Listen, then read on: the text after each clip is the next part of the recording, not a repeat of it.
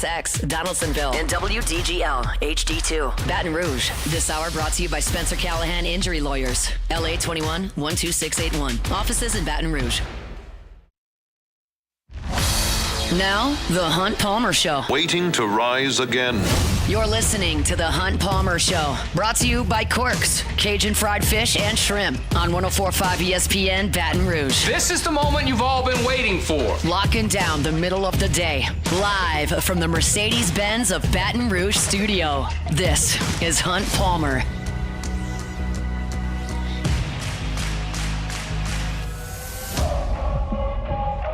Welcome in. Hunt Palmer coming to you from the Mercedes-Benz at Baton Rouge studio downtown in the capital city on this Football Friday, brought to you by Corks, Cajun fried fish and shrimp. Hope your work week is coming to a close. If it has, enjoy. If it hadn't, we'll get you to the finish line here on 104.5 ESPN Baton Rouge. Jacob Beck, Cassie Spazzali back there on the ones and twos, and we got plenty to do on this Football Friday leading up to LSU and Alabama from Tiger Stadium. Preston Guy will be with us in 15 minutes. Got to set the stage for the NFL weekend to come. Saints-Falcons certainly involved there.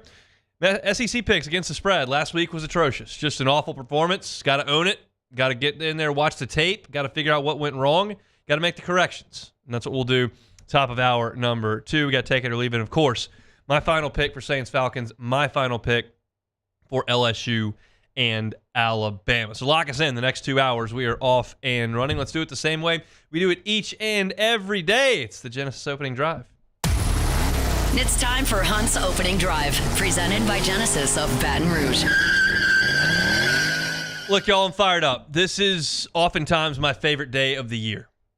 Because LSU and Alabama is a big freaking deal. There's a reason why yesterday when I was bringing my kid home, there were RVs lined up in the Levy lot. There's a reason why I just left a luncheon where everyone was in purple and gold and we were interviewing former Tigers and nobody was working because it's an awesome weekend on this campus when LSU and Alabama get together. Oftentimes, Friday, a lot more enjoyable than Saturday. Saturday, quite frankly, there's a lot of anxiety, and over the years, there's been a lot of heartbreak on Saturdays with LSU and Alabama. Friday, no heartbreak. Not that much anxiety, just a lot of anticipation and a lot of fun, and that's the way that I'm feeling right now about this game between LSU and Alabama. I wrote a piece earlier this week for LouisianaSports.net where I kind of outlined this recent rivalry. I didn't go back to the 70s with the Bear. I didn't go back to the early 2000s when LSU snapped a bajillion game-long home losing streak to Alabama. I didn't even go, honestly, back to last year that much with Jaden Daniels, or 2 years ago with Jaden Daniels and Mason Taylor in the win in overtime. I went back to the two games that LSU fans remember the most fondly in recent memory. And that's, of course, 2011, the game of the century, and 2019, which matched up to phenomenal football teams, the eventual national champions that many call the greatest team in the history of college football, and the team that would win the national championship the next year. The numbers in terms of NFL draft picks from those two games are truly astounding. In 2011, there were 45 NFL draft picks on those rosters. 45. 13 players from the 2011 LSU-Bama games went in the first round of the NFL draft. 13. Then you fast forward to 2019, they had more first-rounders eventually. 19 first-round picks were on the field between LSU and Alabama. There were 11 Crimson Tide players on that 2019 team that would go on to play in the first round. That's a big deal when you start talking about how good that LSU team was. They went to Tuscaloosa and absolutely, totally and completely, I don't even want to hear from any Alabama fans with any dissenting opinions whatsoever. LSU, start to finish, owned that game. Alabama ran a punt back. Derek Stingley was looking at the sideline for a long Devontae Smith touchdown. Like, those count, and I'm not going to take them off the scoreboard. But if you look for man-on-man, line of scrimmage on line of scrimmage, quarterback on quarterback, LSU beat the absolute brakes off of Alabama that day, and that Alabama team ended up putting 11 players in the first round of the NFL draft. And then won the national championship the next year. And oh, by the way, Joe Burrow won the Heisman that year, and Devontae Smith won the Heisman next year. There were two Heisman Trophy winners on the field that day, and they didn't have a shabby day.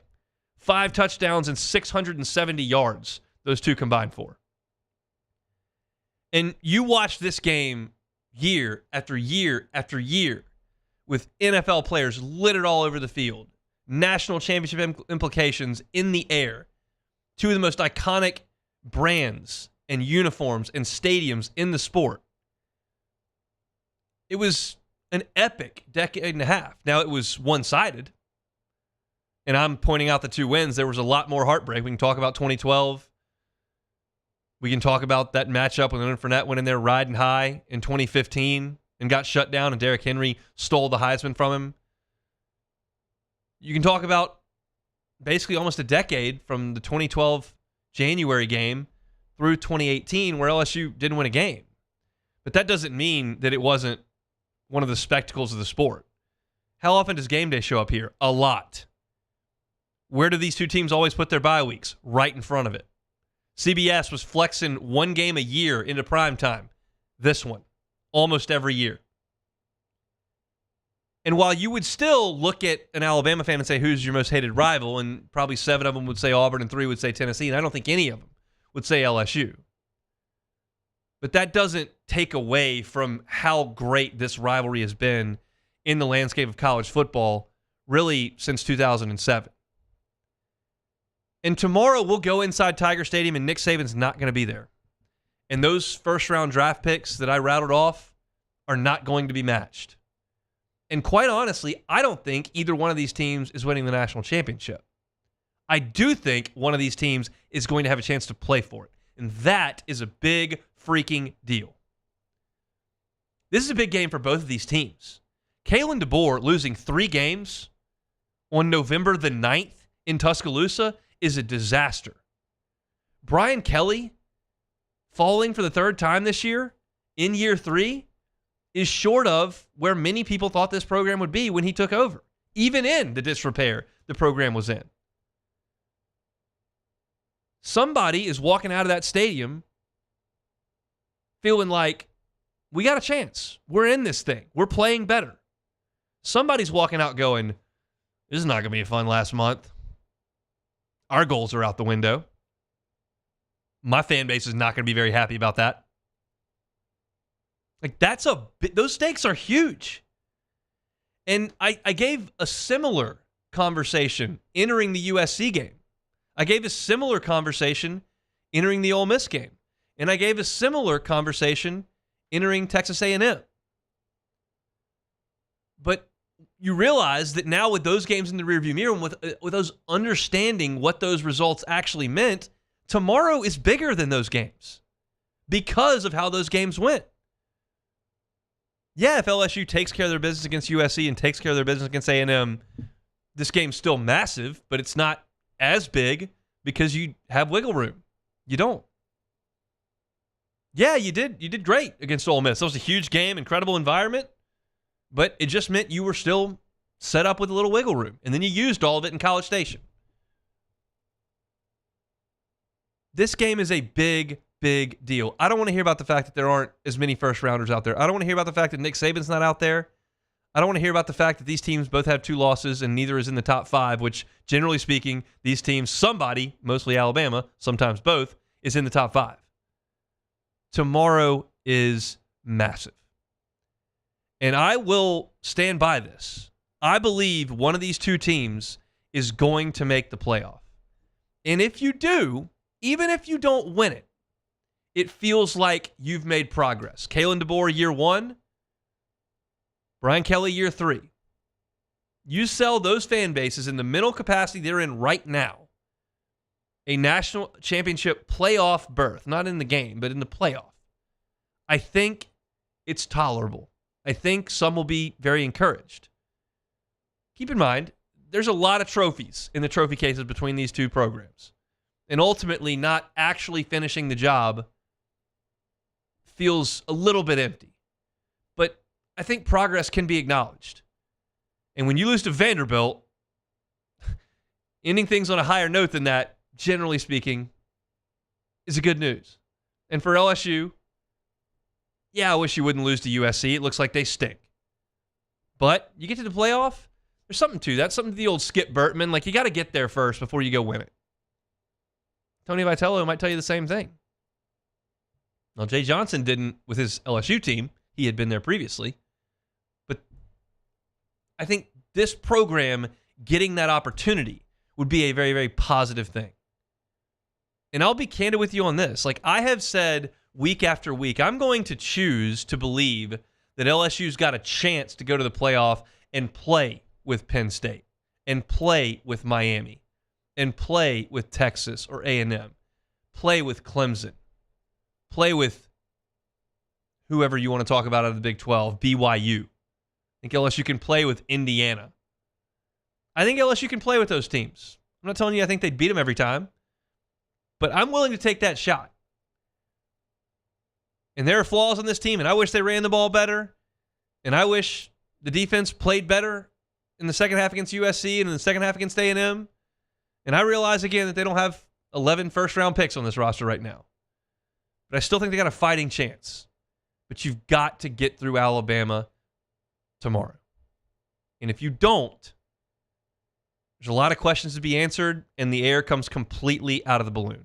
Because you can no longer sell 10 wins. You can no longer sell 9 with the bowl game is what I'm talking about there. You can no longer sell high-end bowl game. There is nothing you can sell this program in this city, in this state, around that football program. There's nothing you can sell short of a playoff at this point. Nothing. And that very much holds true at Alabama right now, too. Somebody can't sell that tomorrow. So, yeah. Felt like bigger stakes in 11? Sure. Felt like bigger stakes in 19? Sure. Felt like bigger stakes in 15? Yep. But there are still huge stakes on the line in this game on Saturday. And I'm fired up to be talking about it here for a couple of hours.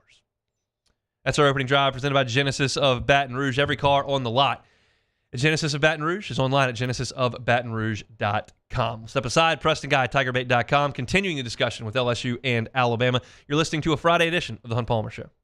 The Hunt Palmer Show. Speaking of Genesis of Baton Rouge, I'll tell you a little bit more about Genesis of Baton Rouge. If you're in the market for a new vehicle and you're kind of thinking about going with a luxury brand, I know there are some that come to mind pretty quickly, and Genesis may not, and that's understandable. They haven't been around as long, and they certainly haven't been around as long in Baton Rouge, only about a year and a half at their current location, Airline and Pico. Give them a shot. Get behind the wheel. Feel the comfort. See the style. Understand the safety. And then understand that it's a reasonable price. Genesis of Baton Rouge is absolutely a luxury brand, and it's absolutely one that you should consider. It's an experience to get behind the wheel of Genesis. And with that experience comes, 10-year, 100,000-mile warranty. 3 years complimentary maintenance, complimentary valet maintenance. They come to you. They'll come to you for a test drive as well if you haven't made that purchase yet. If you'd like to, I'm at work, can't get away. Can y'all come out here for 15 minutes and let me see what it's about? They absolutely will. One of those brand ambassadors will drive right up to your office, right up to your front door, and they'll show you what it's about. It's a fantastic line of vehicles, a fantastic operation over there, Airline and Pico. It's Genesis of Baton Rouge. Check them out online, genesisofbatonrouge.com. Bayou Chrysler Dodge Jeep Ram can get you in a new 2024 Ram 1500 truck for only $32,898. $32,898 for a new Ram 1500 truck. All new Bayou Automotive vehicles come with a complimentary 7-year powertrain warranty. The crew at Bayou Automotive is going to do right by you. The Windsor Senior Living Community in Mandeville, Louisiana is a beautiful, vibrant apartment community geared towards seniors. They are nestled right in the heart of Mandeville, where seniors live a more carefree lifestyle in spacious apartments with the peace of mind that comes from having a little extra help. Call the Windsor at 985-624-8040 to schedule a lunch and tour. Come see how the Windsor can be your passport to peace of mind.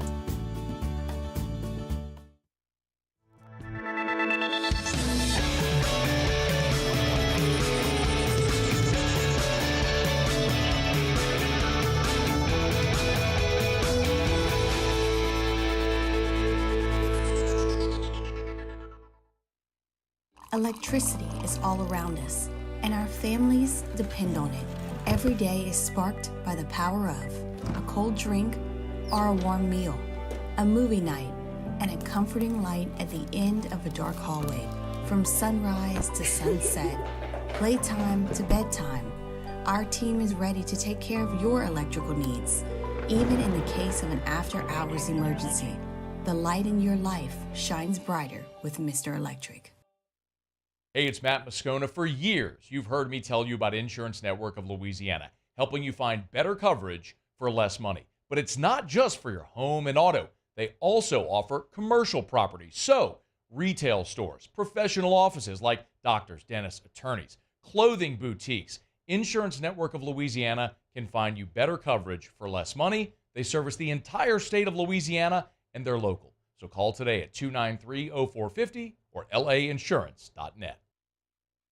Jerry and Benny Payne began Central Plumbing Company out of their driveway in Tanglewood Subdivision. 50 years later and 4 generations down the road, we continue to serve Baton Rouge and the surrounding areas for all of their plumbing needs. Residential, commercial, industrial, or hospitality, Central Plumbing is here 24/7, 365. We want to thank our customers, family, and friends for 50 years of success. And looking forward to 50 more. Gulf Coast Office Products is a nationally recognized Savin office equipment dealer based right here in Louisiana. Over 100 employees strong, Gulf Coast has the boots on the ground to support all vertical markets from education, engineering, legal, and finance. With the latest in office technology from desktop to production segment units, Gulf Coast and Savin have the perfect fit for you. Call 225-756.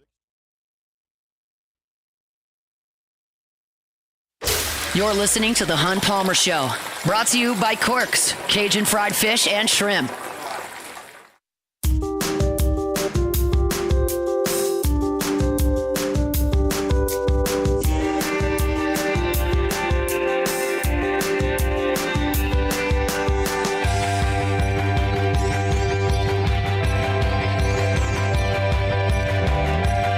Friday show is brought to you by Corks, Cajun fried fish and shrimp. You're heading out to tailgate tomorrow for LSU and Bama, or having folks over to the house to watch the game. Corks, always a fantastic catering option. Big trays of crispy fried catfish, big trays of jumbo Gulf shrimp, big trays of crispy shoestring fries, all their honey butter rolls as well. Corks, Cajun fried fish and shrimp. Check them out online, corksfishandshrimp.com. Preston Guy, TigerBait.com, always good enough. A little bit of his time on a Friday. Joins us now on the Jim's Firearms Hotline. Preston, how we feeling today? Oh, Hunt, feeling good, especially now that hurricane's heading straight south now.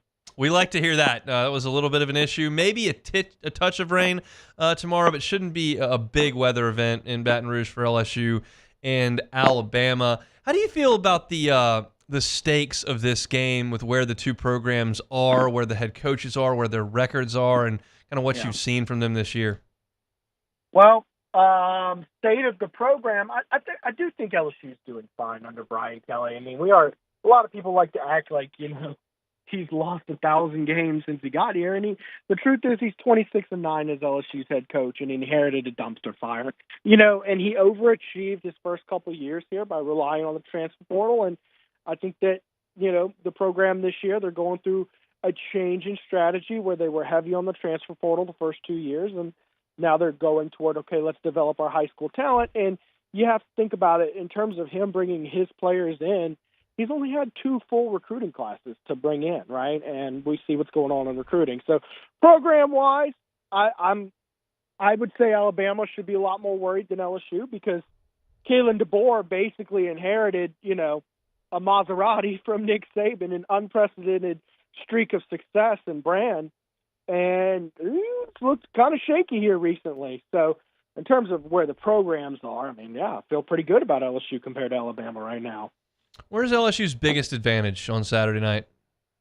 Biggest advantage? Well, I trust the right arm of Garrett Nussmeier a lot more than I trust the right arm of Jalen Milroe. I'll tell you that much. I think the passing game for LSU is, if you need a guy to make a clutch throw, I'm gonna take Nussmeier over Milroe any day of the week.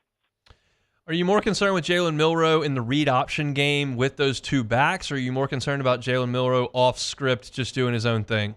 Oh, off script. Yeah, sure, the RPO stuff is scary, especially based on what you did against, Marshall Reed last week. I think that was more of a sign of LSU didn't prepare for it, specifically didn't prepare for it. And in the second half, they just laid it on heavy. You can't tell me that after 2 weeks and, there's no quarterback controversy in Tuscaloosa. They know who their guy is, that they aren't going to be prepared for it. So definitely it's the off-script stuff that scares me with Milroe. Also, weather scares me a little bit because you're talking about, weather. I think you complete 3% less of your passes. You average 50 yards less per game in heavy weather, in rain.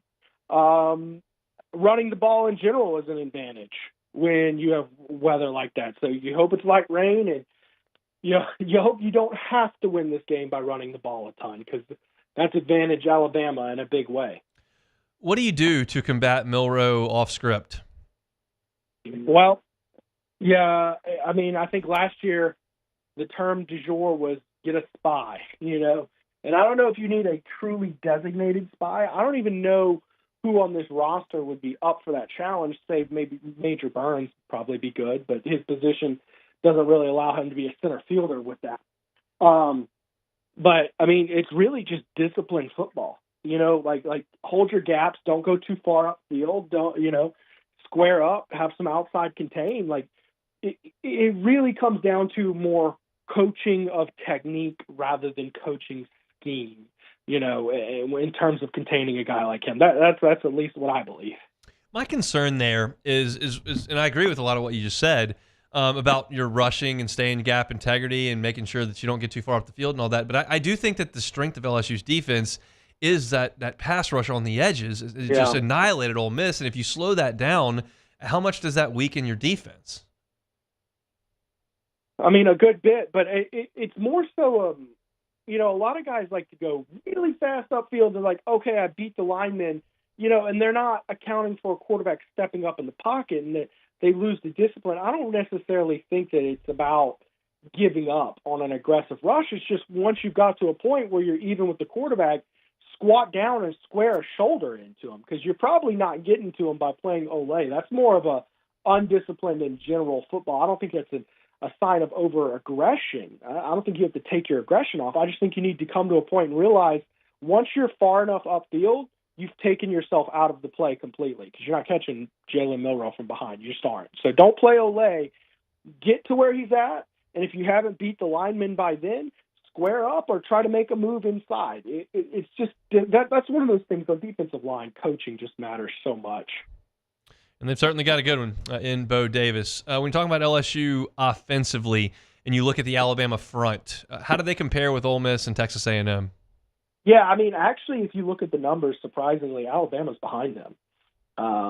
Now, I tend to not want to look at the numbers, and you look at that roster with Alabama, you know how many 5-stars are on this roster still. In fact, if you look at the 247 team talent rankings, Alabama's number one in the country. A lot of people might think Georgia after that mass exodus, but no, on paper, it's Alabama. So I don't want to just sit here and look at the numbers and say, well, they don't compare as strongly as those two, because I'm not overlooking it, particularly given that this LSU offensive line at times has allowed itself to be, manhandled by weaker talent levels, So I think it'll be a lot more comparable than what the numbers suggest.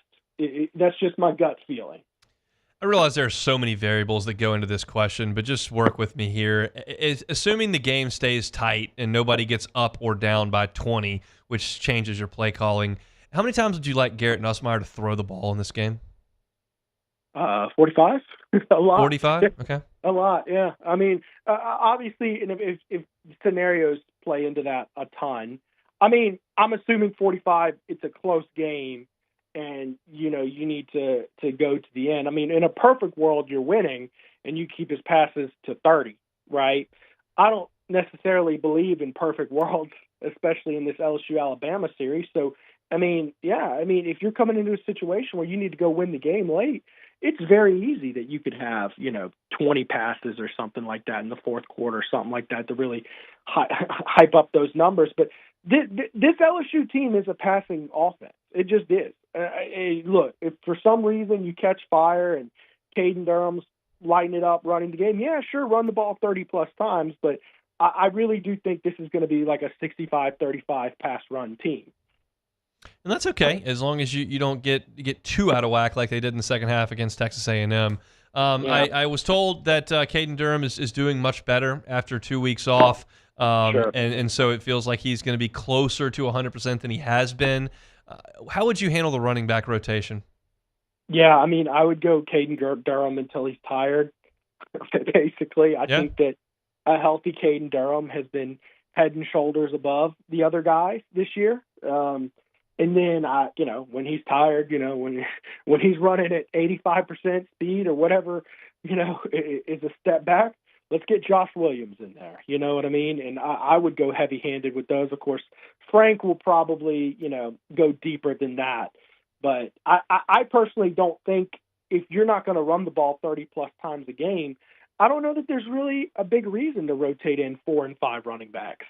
I mean, what are they tired from? Pass blocking? I think go with your good backs.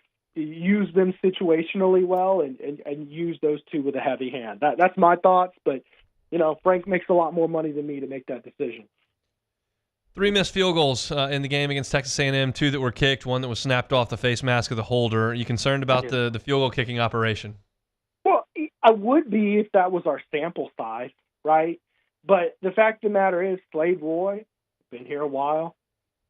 You got, Bramos has been here a long time, and certainly there's been special teams mishaps during those guys' tenure, but I don't know that Slade Roy's ever had a bad snap.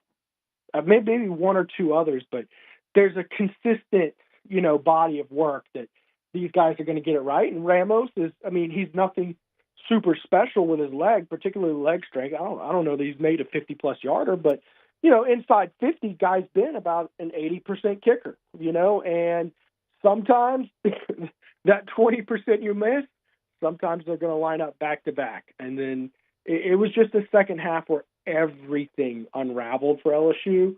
I don't see that happening again. I think that's a statistical anomaly, and that happens in sports sometimes. So I don't think that Bob Diaco forgot how to coach all of a sudden one week, and he's just doing a terrible job with the team moving forward. I think that these guys have been here doing it long enough where I don't see 3 missed kicks happening again, but maybe I'm wrong.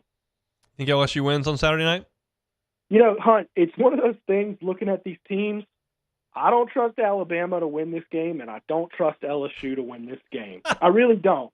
These are 2 very flawed teams, and in fact, I went back and looked at it. I think that this is the worst pair of teams. Like the best team of this rivalry is the worst it's been since 2000, in my opinion. Now there's some 2004 maybe is on the cusp. We'll see how the teams finish out, but I don't trust either team to win this game. What I do trust is Death Valley to show up big where, since 2000, LSU is 1-15-10 Saturday night in Death Valley. And there's only been one coach during that stretch with multiple wins against LSU in that stretch, and it's Nick Saban. And guess what? He ain't on the sideline Saturday night. He might be, but he's not coaching on the sideline Saturday night. So I will – Go ahead. What's that? Go ahead. I will take LSU, not because I think they're truly the better team. I think they're both very flawed teams. I just think Tiger Stadium shows up, and that's a tough place to win.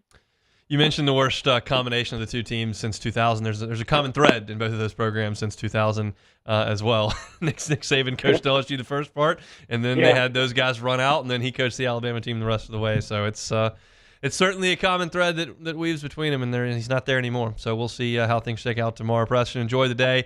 We'll check you out on Monday for your YouTube show, and we appreciate you joining us. All right, Hunt, take it easy. Preston Guy, TigerBait.com, TigerBait's YouTube channel, Monday Night Football every single week. You can follow him there, and you can also check him out here each and every Friday on the Hunt Palmer Show. If you're looking for LSU football content from us, you can always find that on YouTube as well, Hunt on LSU, and of course, LouisianaSports.net, where a lot of you clicked yesterday. We noticed that. It's just funny what a Tiger can do to boost views on the website. And when we come back, we'll get you set up for Sunday's NFL slate. It's the Hunt Palmer Show. The Hunt Palmer Show.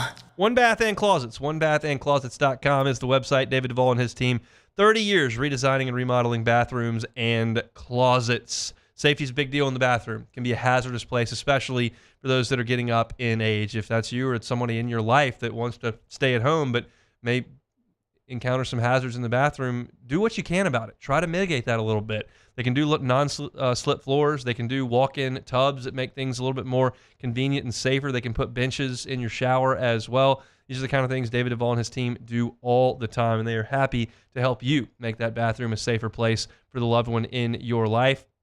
Start that process with a visit to onebathandclosets.com. Start with a free consultation there. That part doesn't cost you a cent, and the part that does, you can finance for 18 months up 0% if you qualify for it. It's One Bath and Closets. Check them out at onebathandclosets.com. Onebathandclosets.com. The only thing scary about the deals at Bayou Ford is if you miss out on them, like $15,000 off F-150. Bayou Ford has $15,000 off Ford F-150. All new Bayou Ford vehicles come with a complimentary 7-year powertrain warranty. The crew at Bayou Ford is going to do right by you.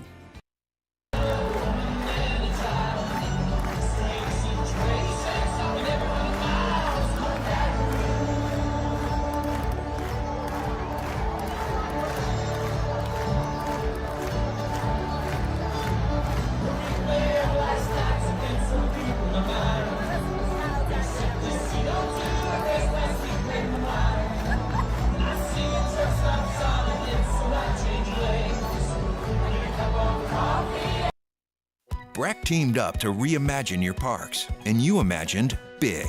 With your help, we went to work, creating 12 beautiful community parks across the parish. A family-sized water park, miles and miles of trails, and parks just for your dogs. There are more places to splash, to explore, to run wild, and even soar. You imagined, we delivered. Gold.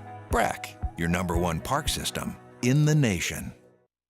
Electricity is all around us, and our families depend on it. Every day is sparked by the power of a cold drink or a warm meal, a movie night, and a comforting light at the end of a dark hallway. From sunrise to sunset, playtime to bedtime, our team is ready to take care of your electrical needs.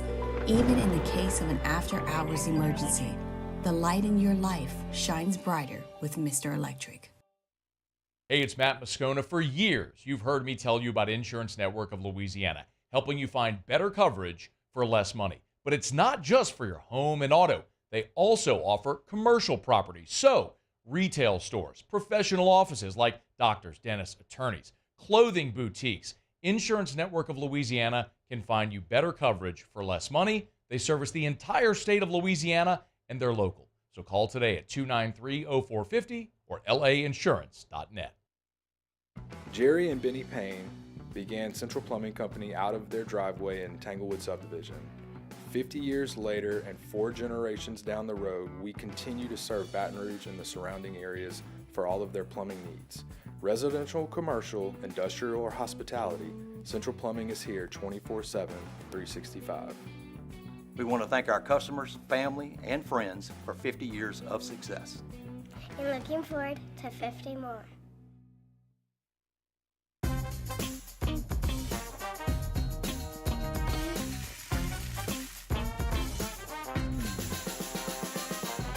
The best kept secret. This is the Hunt Palmer Show, brought to you by Quirks, Cajun fried fish and shrimp.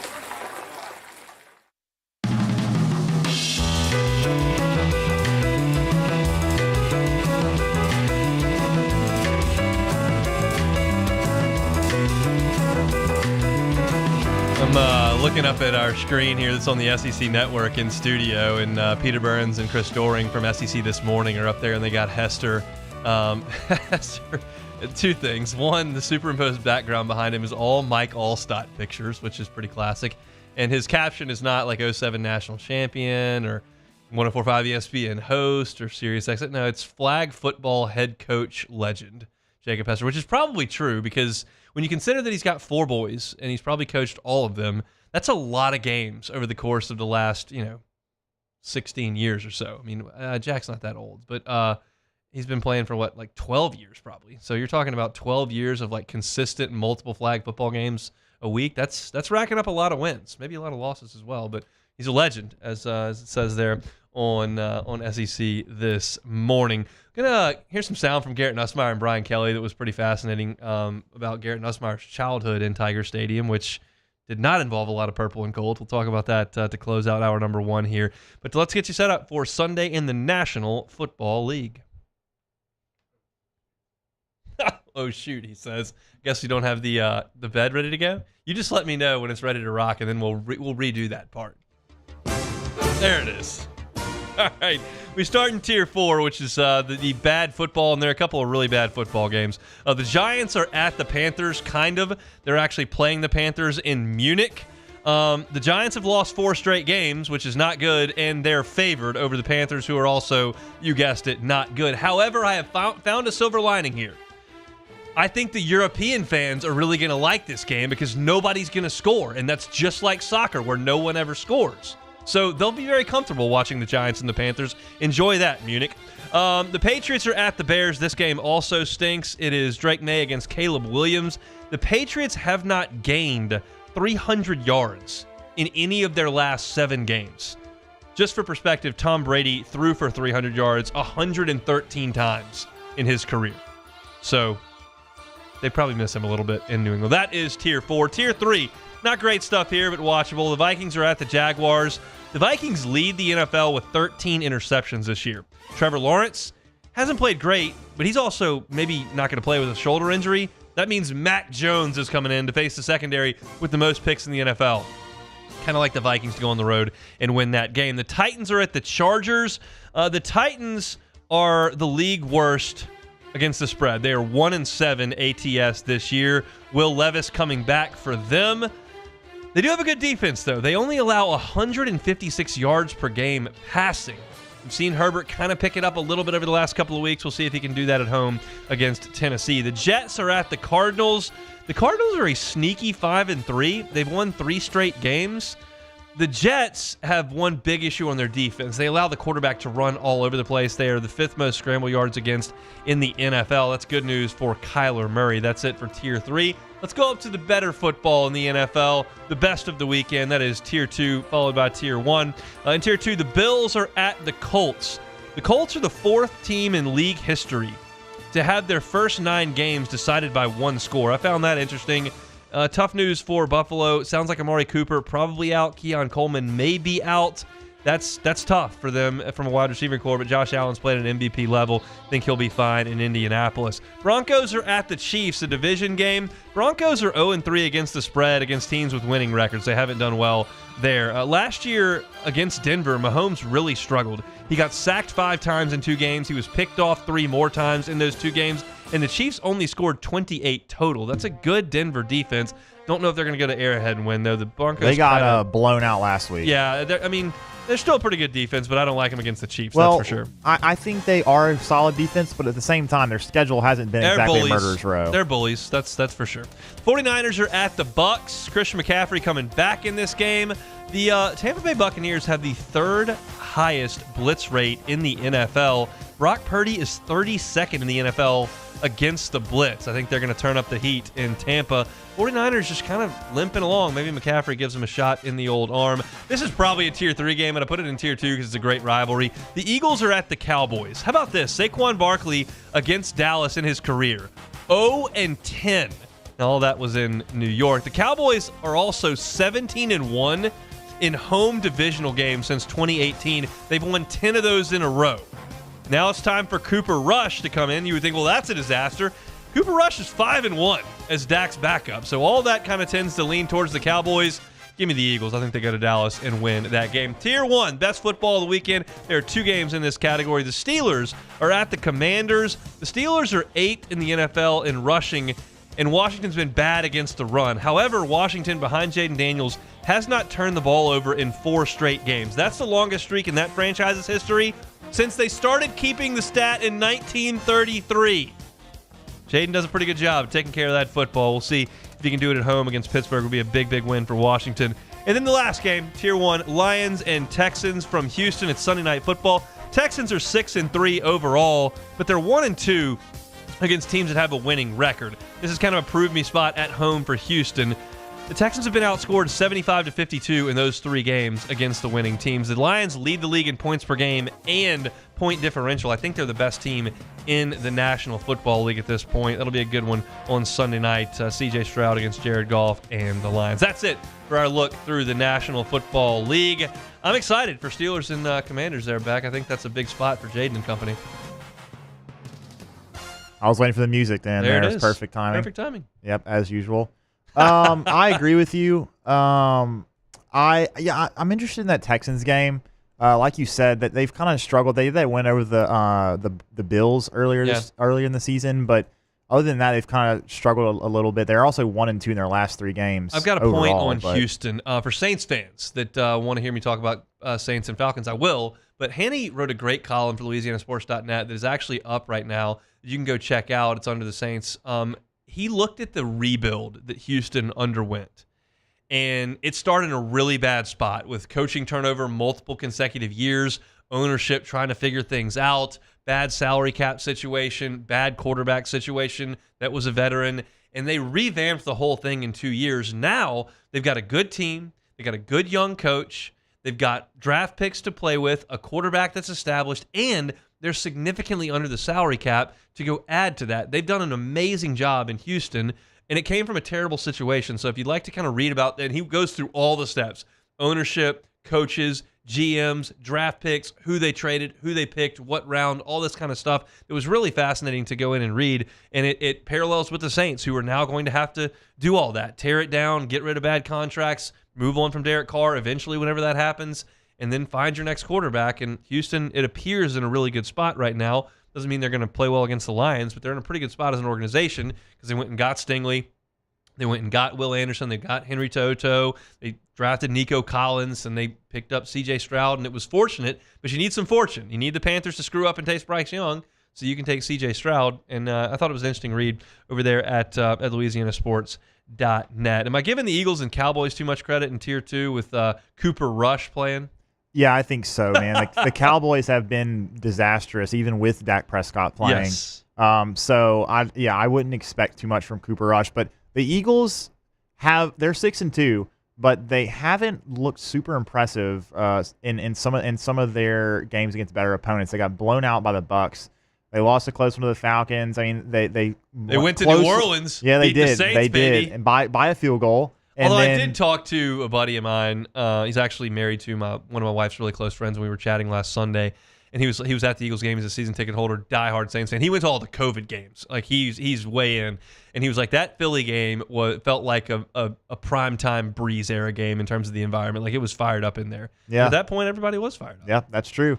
I'm proud of you, Beck. I got to tell you why. Okay. Because I made a disparaging remark about soccer in that segment, and you did not grab the microphone and yell at me. That is a lot of restraint. The reason why is because I literally didn't hear you because I was working I was doing some other stuff for later Would you in the like show. me to remake the remark so you can hear it? Yeah, sure. So I said that the Giants and Panthers are playing in Munich. I did hear you say that, but I didn't hear what you said about it. Yeah, I said that they're playing in Munich, which should make all the European fans very, very comfortable because no one's going to score in that game, That's and true. no one scores in the sport they go watch either. So they should feel really comfortable. Yeah, well, that's actually not. I mean, they're going to be super pumped when some team kicks 2 field goals and has 6 points. Yeah, all the kicking. They're going to enjoy all the field goals for sure. The punts. Yeah, the punts, the kicking. Wow. That's going to be good for them. Shout out Munich. That should be a heck of a time there for Giants and Panthers. I wonder how many people are going to be in that stadium. I mean, the Allianz Arena is one of the bigger ones in Germany, but I think it only holds like maybe 60,000. So there may be like 20,000. I will never know because I will not watch one snap of that football game. I can promise. You're not going to wake up at 8:30 to watch it, Hunt? No. I don't know when I'll be up. These night home football games, I don't finish my column until like 2 in the morning. And generally speaking, my wife, or in this case, potentially my parents, will be taking care of the little guy when he gets up at 7. So I'll probably be up at 8:30, but we're not turning that on. We're gonna either be chatting about the game from last night or cooking breakfast or something. We won't be glued to Giants and Panthers. Let's take a time out. Close out hour number 1. The Hunt Palmer Show. Audio Video Security Solutions, avssla.com is the website. Go check them out. They got an incredible line of services. And quite frankly, if you're like me, and I think a lot of you probably are, many of you are not, but I think a lot of you are like me, you're just not really sure what you can do from an audio or video perspective. You're not really sure what the capabilities might be.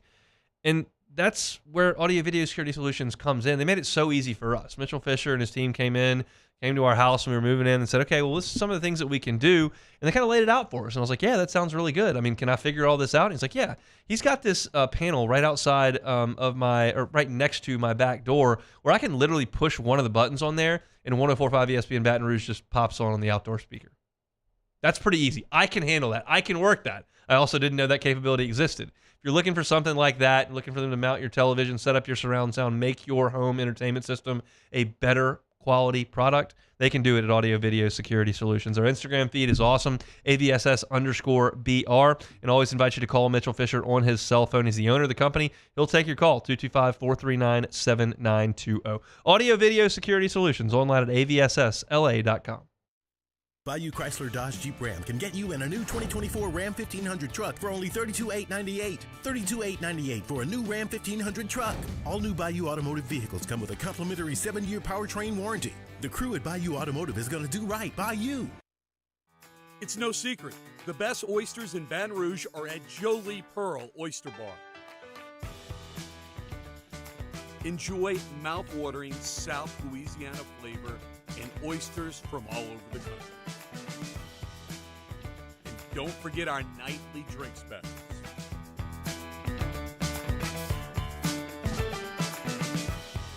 Jolie Pearl Oyster Bar, located in downtown Baton Rouge.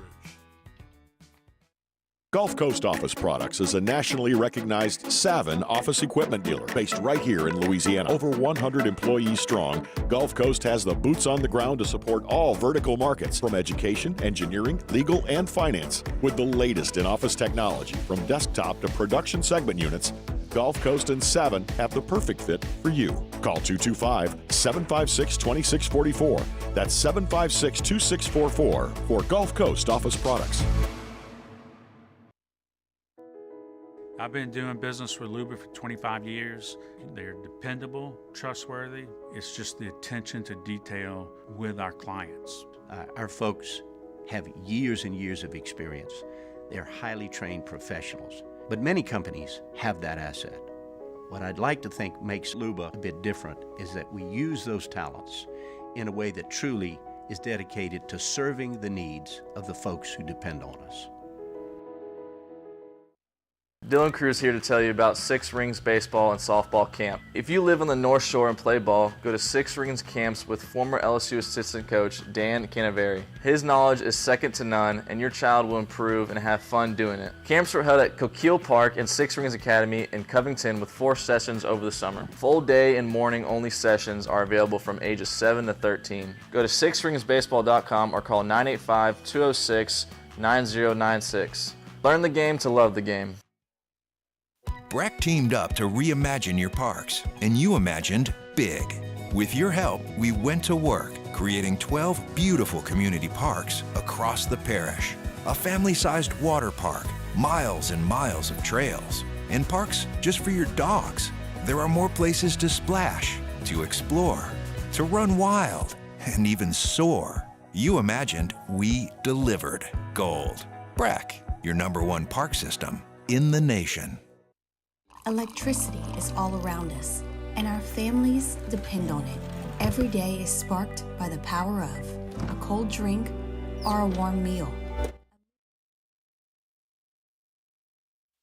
You're listening to The Hunt Palmer Show, brought to you by Quirks, Cajun fried fish and shrimp.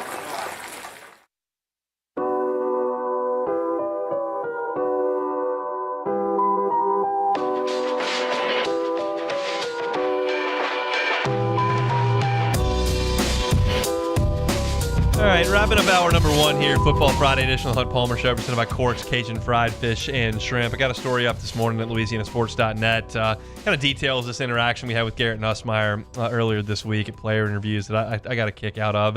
Keep in mind, Garrett Nussmeier moved all over the country when he was young because his dad, a football coach, was getting different jobs all over the country. He was there at Washington with Jake Locker.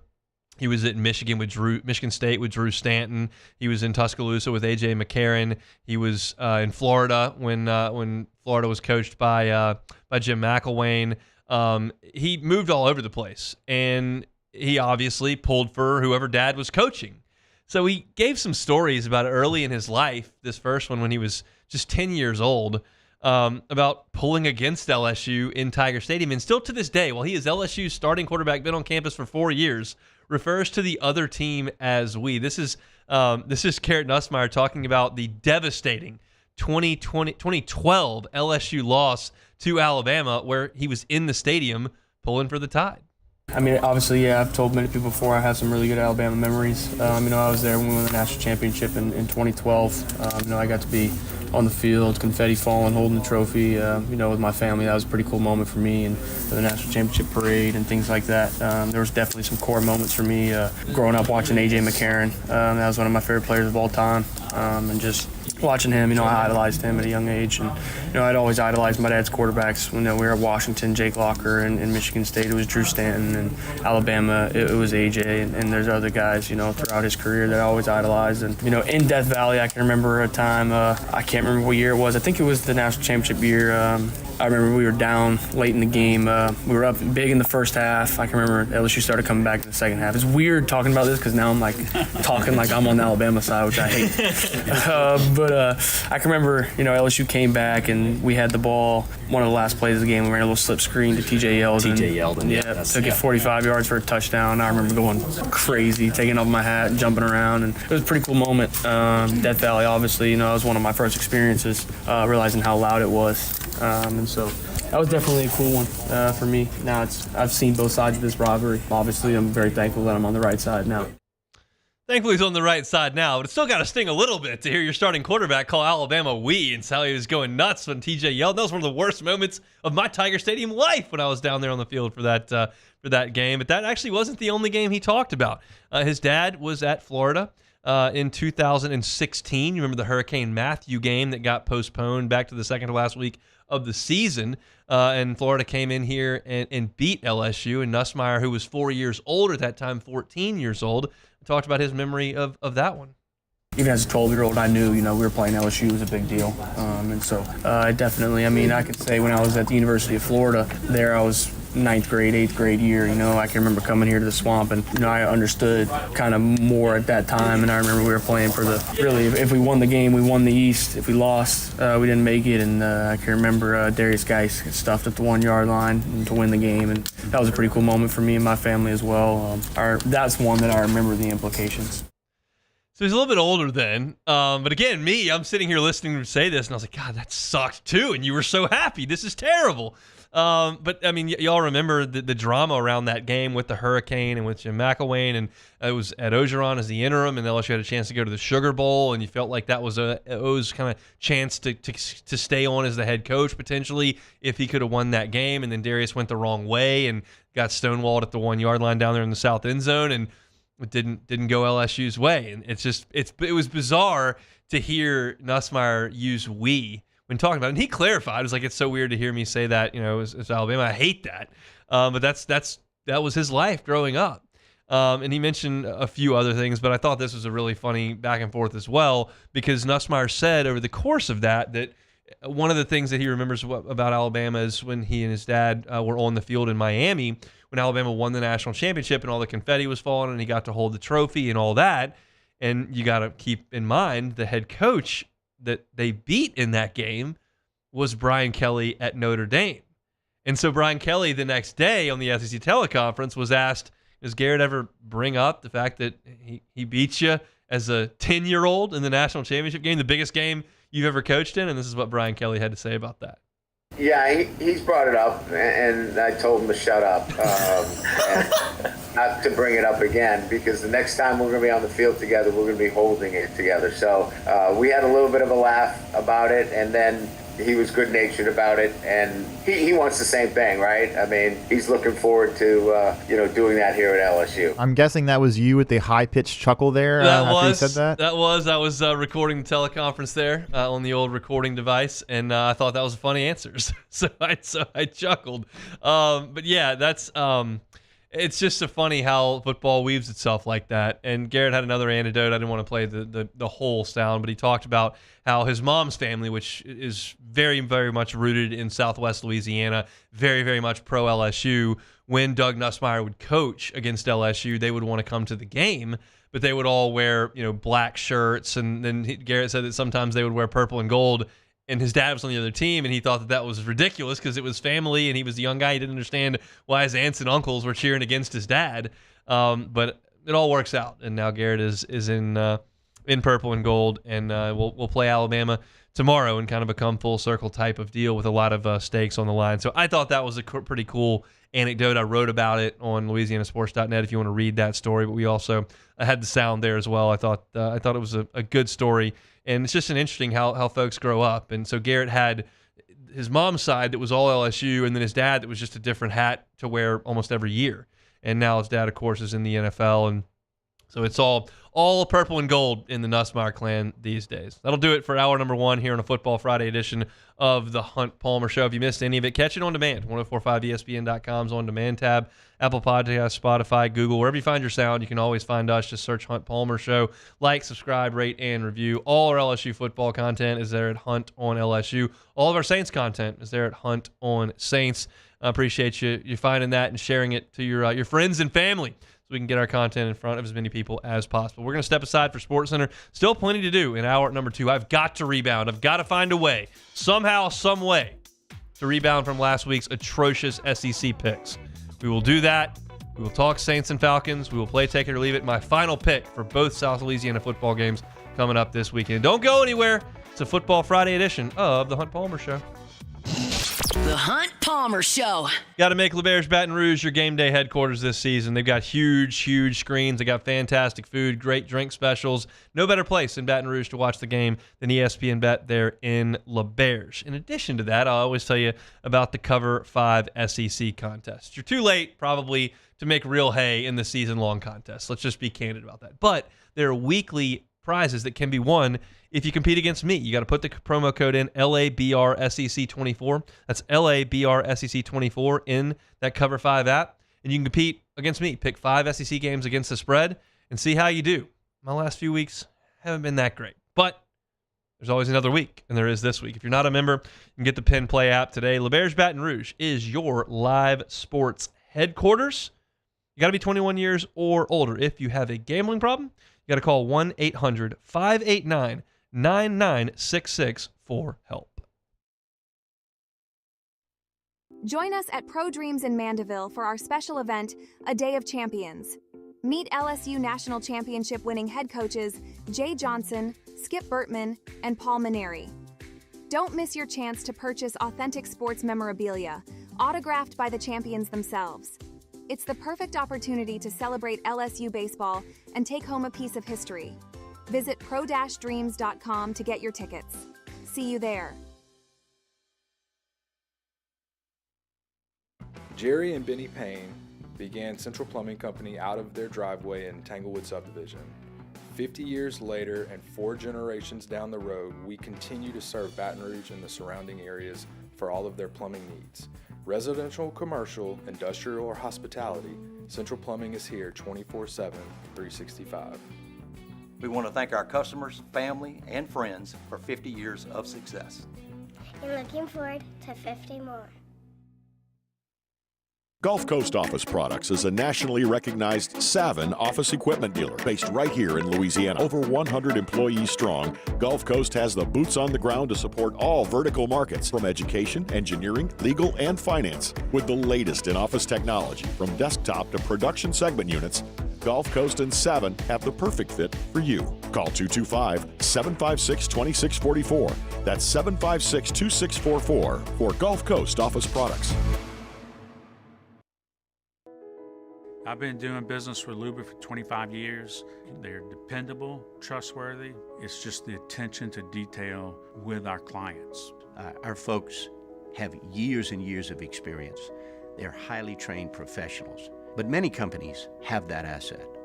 What I'd like to think makes Luba a bit different is that we use those talents in a way that truly is dedicated to serving the needs of the folks who depend on us.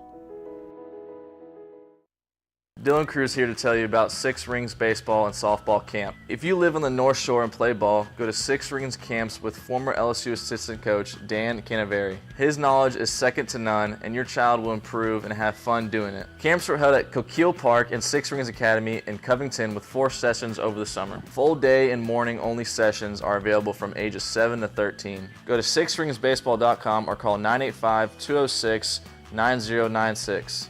Learn the game to love the game. Breck teamed up to reimagine your parks, and you imagined big. With your help, we went to work, creating 12 beautiful community parks across the parish. A family-sized water park, miles and miles of trails, and parks just for your dogs. There are more places to splash, to explore, to run wild, and even soar. You imagined, we delivered. Gold. Breck, your #1 park system in the nation.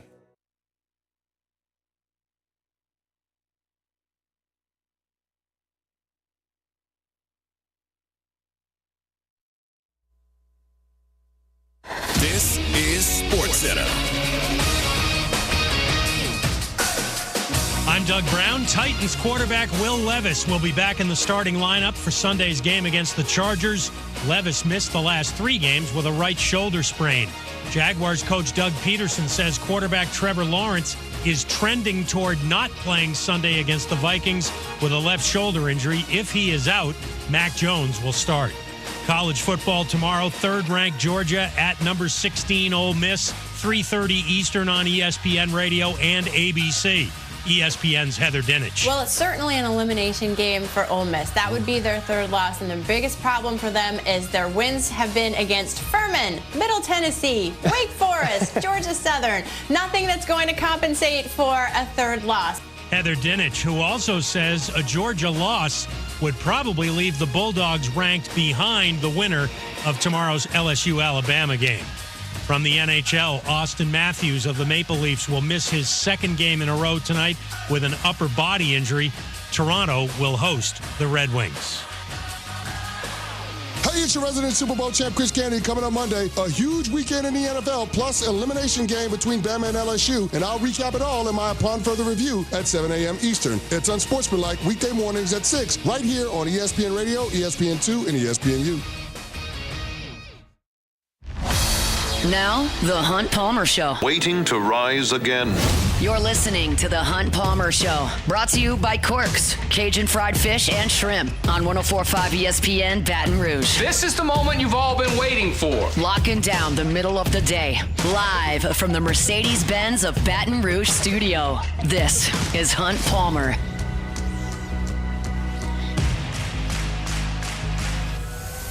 Hour 2, Football Friday edition of the Hunt Palmer Show. We're presented by Corks, Cajun Fried Fish and Shrimp. Check out the menu, corksfishandshrimp.com.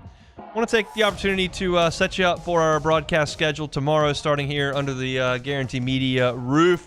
It'll be Charles Handegriff and Matt Musso for Eagle 98.1 Game Day's pregame show from Rouse's, Burbank, and Lee. They'll crank up at 1:30.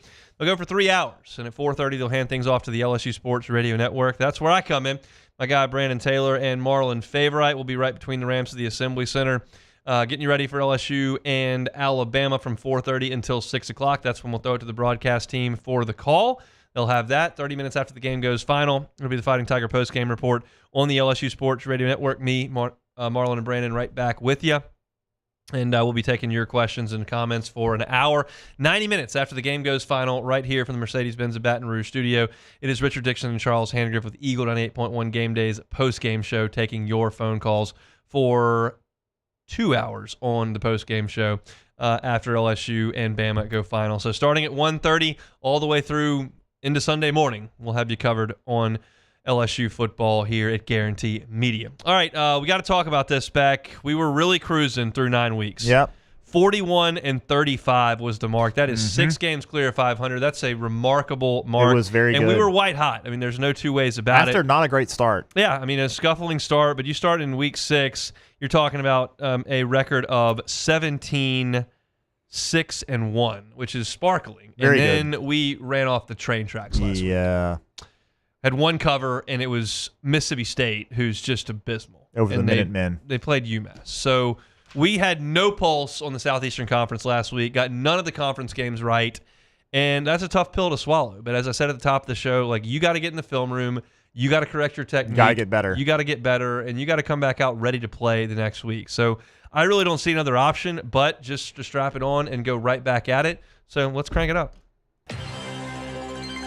All right, this is a great day of football, by the way. If you're not going to the LSU game and you're just hanging out on the couch watching football, you can do it all day and see some interesting stuff in the Southeastern Conference. Starts at 11 o'clock. Florida is at Texas. The Longhorns are a 22.5-point favorite. DJ Lagway is listed as questionable. Billy Napier said yesterday he's giving it his best shot to play. Here's my thing. Billy Napier's coming back, okay? Florida's not any good. They're not going to the playoff. They're not going to Atlanta. They're terrible. So what do they have to play for here? Why are they going to put the future of their program, DJ Lagway, out there with a bum hamstring? I just don't think that's going to happen. I don't think he's going to play. Florida, while they did play Georgia very close, gave up 34 points and got 3 turnovers against Georgia. Like, Florida's pass defense is 10th in the SEC. I think Texas is going to score a lot of points. I don't think Florida's quarterback's going to play. I think Texas is going to beat Florida badly. 22.5, I will lay that. I will fully admit laying the 22.5. DJ Lagway goes out there and plays, I might be in trouble. But I don't think he is. So I'm going to take Texas and lay the 22.5. 2:30, huge one from Vaught Hemingway in Oxford, Mississippi. Number 3, Georgia at number 16, Ole Miss. I cannot shake Carson Beck's interceptions. He's throwing him like he's giving out Halloween candy. Ole Miss has a better quarterback in this game. Of that, I am very, very confident. And Ole Miss is at home. Georgia's run defense has been good. It's not been awesome. It's 6th in the SEC. However, all that said, Lane Kiffin's Ole Miss teams have not stood up against elite-level competition. They just haven't. They've beaten the Little Sisters of the Poor. They handle their business going up there and beating Arkansas by 40 points. When they go to Tuscaloosa, they get beat. When they went to Athens last year, they got embarrassed. Like, they have not stood up to the elites in college football. Are they ready to do that? I hope not. I need Ole Miss out of the playoff. But Carson Beck's throwing too many interceptions for me, and I think Ole Miss is legitimately good, and I think they can stop Georgia from running the ball. I'll bite on this. I'll take Ole Miss, the home team. I will take the 2.5 points with the Revs. I hope I'm wrong. That's for LSU's sake. South Carolina's at Vandy. All of a sudden, this game rocks. This game looked terrible in August. It looks great right now. Vandy at home is catching 5.5 points. Vanderbilt's 3rd in the SEC in sacks allowed. Pavi is tough to get to. He runs around. He's hard to sack, and we know how good that South Carolina pass rush is. Both these quarterbacks are electrifying athletes in very different ways. Vanderbilt, another key that we haven't talked about a lot, they don't turn the ball over against league teams. They're the fewest turnovers against SEC teams of any team in the league. 5.5 seems like a lot. They seem like pretty good teams that are pretty comparable. I'm taking the home team, not exactly in a great environment, but I get 5.5 points. I'll take Vanderbilt and do that. 6 o'clock game, Mississippi State is at Tennessee. Number 7 Vols are laying 24.5 in this game. Tennessee is the number 5 scoring defense in the nation. They're the number 6 rush defense in the nation. They're the number 22 pass defense in the nation. This defense is legit right now. Nobody has scored 20 points on them. Mississippi State has been decent on offense. They're 6th in the SEC in touchdowns scored. They just can't play any defense. Tennessee in this game is at home, and they're at Georgia next week. Is this a look-ahead spot for the Vols? I believe it is. I believe Mississippi State scores more than 20 points for the first time anyone's done that against Tennessee all year, and I think they cover the 24.5 points. I like that bet a lot. I did like Mississippi State bet getting a lot of points. It too. I liked it a lot a couple weeks ago, and they didn't. They've been covered against when they play the toughest games. They've been covering, and so I'll take them this week as well. I just think they're going to score some points against a Tennessee team that's just going to be a little flat, I think. And then 6:45, Oklahoma is at Missouri. Brady Cook is questionable in this game, and let me tell you, Drew Pine is not good, not good at all. But neither is Oklahoma. They showed some fight in Oxford in the first half, and then they got shut out in the second half against Ole Miss. Missouri's defense isn't hurt. It's not great, but it's not hurt. I don't think Oklahoma's going to score a ton of points in this game. I don't like pulling for Drew Pine if he plays. I think he's bad. He was turning the ball over a ton against Alabama. But you're giving me Missouri. I'm at home. I get 2.5 points against a bad Oklahoma team. I'll take it. Give me Missouri plus the 2.5. Those are my SEC picks against the number. Once again, Texas minus 22.5 against Florida. Ole Miss catching 2.5 at home against Georgia. Vanderbilt catching 5.5 at home against South Carolina. Mississippi State catching 24.5 at Tennessee. And Missouri at home catching 2.5. That is 4 of my 5 picks taking points. Is that Oklahoma-Missouri line not weird to you? It's Drew Pine. It's a bit. It's Drew Pine. Yeah. Missouri's not good anyway. I've called them a fraud all year, and I don't think they're good at all. But have you watched Oklahoma play? They stink. They do. I haven't seen that. But is Cook? Is Cook? He's questionable. Okay, he's questionable. I think he's going to play. I think he has to play if they want to. If Drinkwitz wants to have a chance at winning this game, he's got to play, even if he's not 100%. I mean, it's bad. Like, I watched him against Alabama. Pine was throwing the ball to the other team just with great frequency. But I just have very little respect for Oklahoma. And maybe they figured some things out on offense against an FCS team last week. It's conceivable. My guess is probably not. And so I think Luther Burden and Theo Weiss and the home crowd, and they still got something to play for. I think they've only got 2 losses, right? Yes. So, theoretically, they've still got something to play for. I think the home crowd will be into it. I mean, it's an old Big 12 rivalry. I think you're going to get, even though Missouri is probably disappointed with the ultimate result here, that they've gotten blown out by A&M and Alabama, which doesn't bode well for the rest of the way. No. But I still think it's Missouri. They only have 2 losses. They'll be into it. Oklahoma's coming in. That's a big brand, big crowd. And I don't think Michael Hawkins is going to go out there and score 30 points.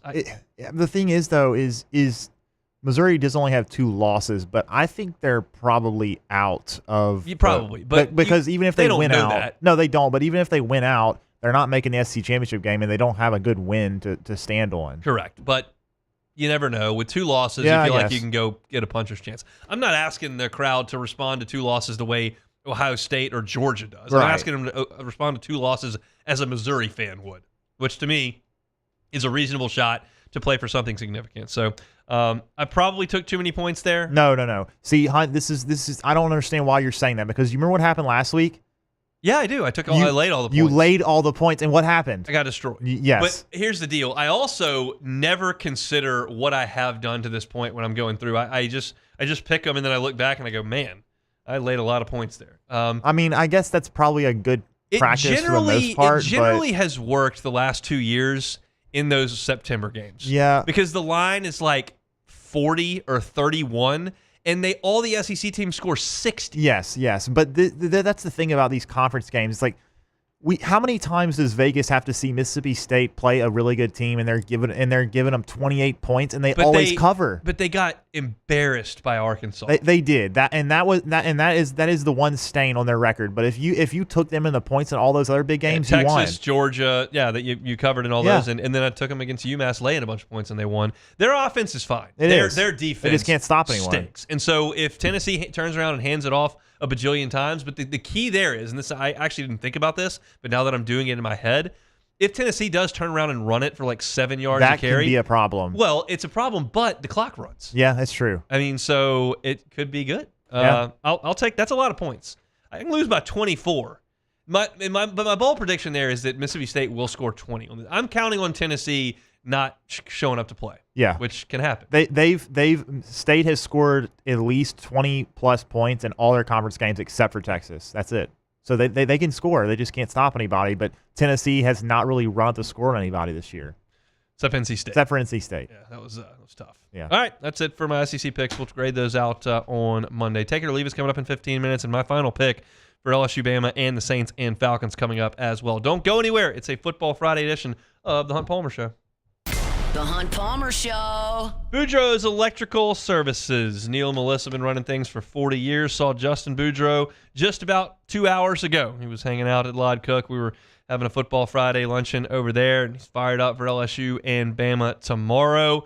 Tigers, their blood runs deep with LSU over there at Boudreaux's Electrical, and they can help you out as well. Give you the peace of mind to know that, hey, even though a hurricane may show up, this one did not. Next hurricane season, always right around the corner. Still a great time to call the folks at Boudreaux's Electrical to get you in that Generac generator at your home or your business. Give them a call. Same number they had for 40 years. 985-397-1562. 985-397-1562. Or in the 225 Gonzales location, $393.89. That's $393.89. But I give you the easy way every single day because this is just the easy way to contact people. BoudreauxElectrical.com. Every single Generac home standby generator that they sell you comes with a 7 to 10 year warranty over at Boudreaux's Electrical. Check them out online, BoudreauxElectrical.com. There it is, the extra mile, on the border of expected and extraordinary for those willing to go further, like vans customized for work or play, with safety and tech to keep you connected, supported by a 5-star sales, service, and finance team, and backed by the 1-star you know. So go the extra mile. It's never crowded because so few have what it takes to go there. Mercedes-Benz Vans. It's an everyday thing here. We work horses in the mornings and we work on the property during the day, and without these John Deere tractors, it'd almost be impossible to keep up with the place. I've dealt with some of the other colors and stuff, and I never really got the response back that I get from John Deere, We really enjoy dealing with Sunshine. They're good people. They always check on us and make sure our equipment's running, and we love them. Flip the switch and learn more about what it means to be powered by Sunshine at sunequip.com.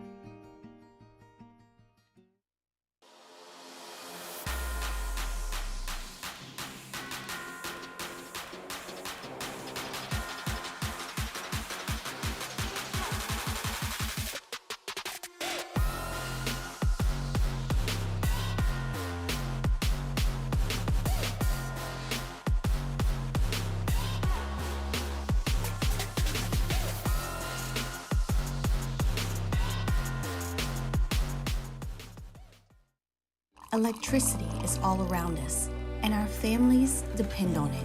Every day is sparked by the power of a cold drink or a warm meal, a movie night, and a comforting light at the end of a dark hallway. From sunrise to sunset, playtime to bedtime, our team is ready to take care of your electrical needs, even in the case of an after-hours emergency. The light in your life shines brighter with Mr. Electric. Hey, it's Matt Moscona. For years, you've heard me tell you about Insurance Network of Louisiana, helping you find better coverage for less money. But it's not just for your home and auto. They also offer commercial property. So, retail stores, professional offices like doctors, dentists, attorneys, clothing boutiques. Insurance Network of Louisiana can find you better coverage for less money. They service the entire state of Louisiana, and they're local. So call today at 293-0450 or lainsurance.net. Jerry and Benny Payne began Central Plumbing Company out of their driveway in Tanglewood subdivision. 50 years later and 4 generations down the road, we continue to serve Baton Rouge and the surrounding areas for all of their plumbing needs. Residential, commercial, industrial, or hospitality, Central Plumbing is here 24/7, 365. We want to thank our customers, family, and friends for 50 years of success. This is the Hunt Palmer Show, brought to you by Quirks, Cajun fried fish and shrimp.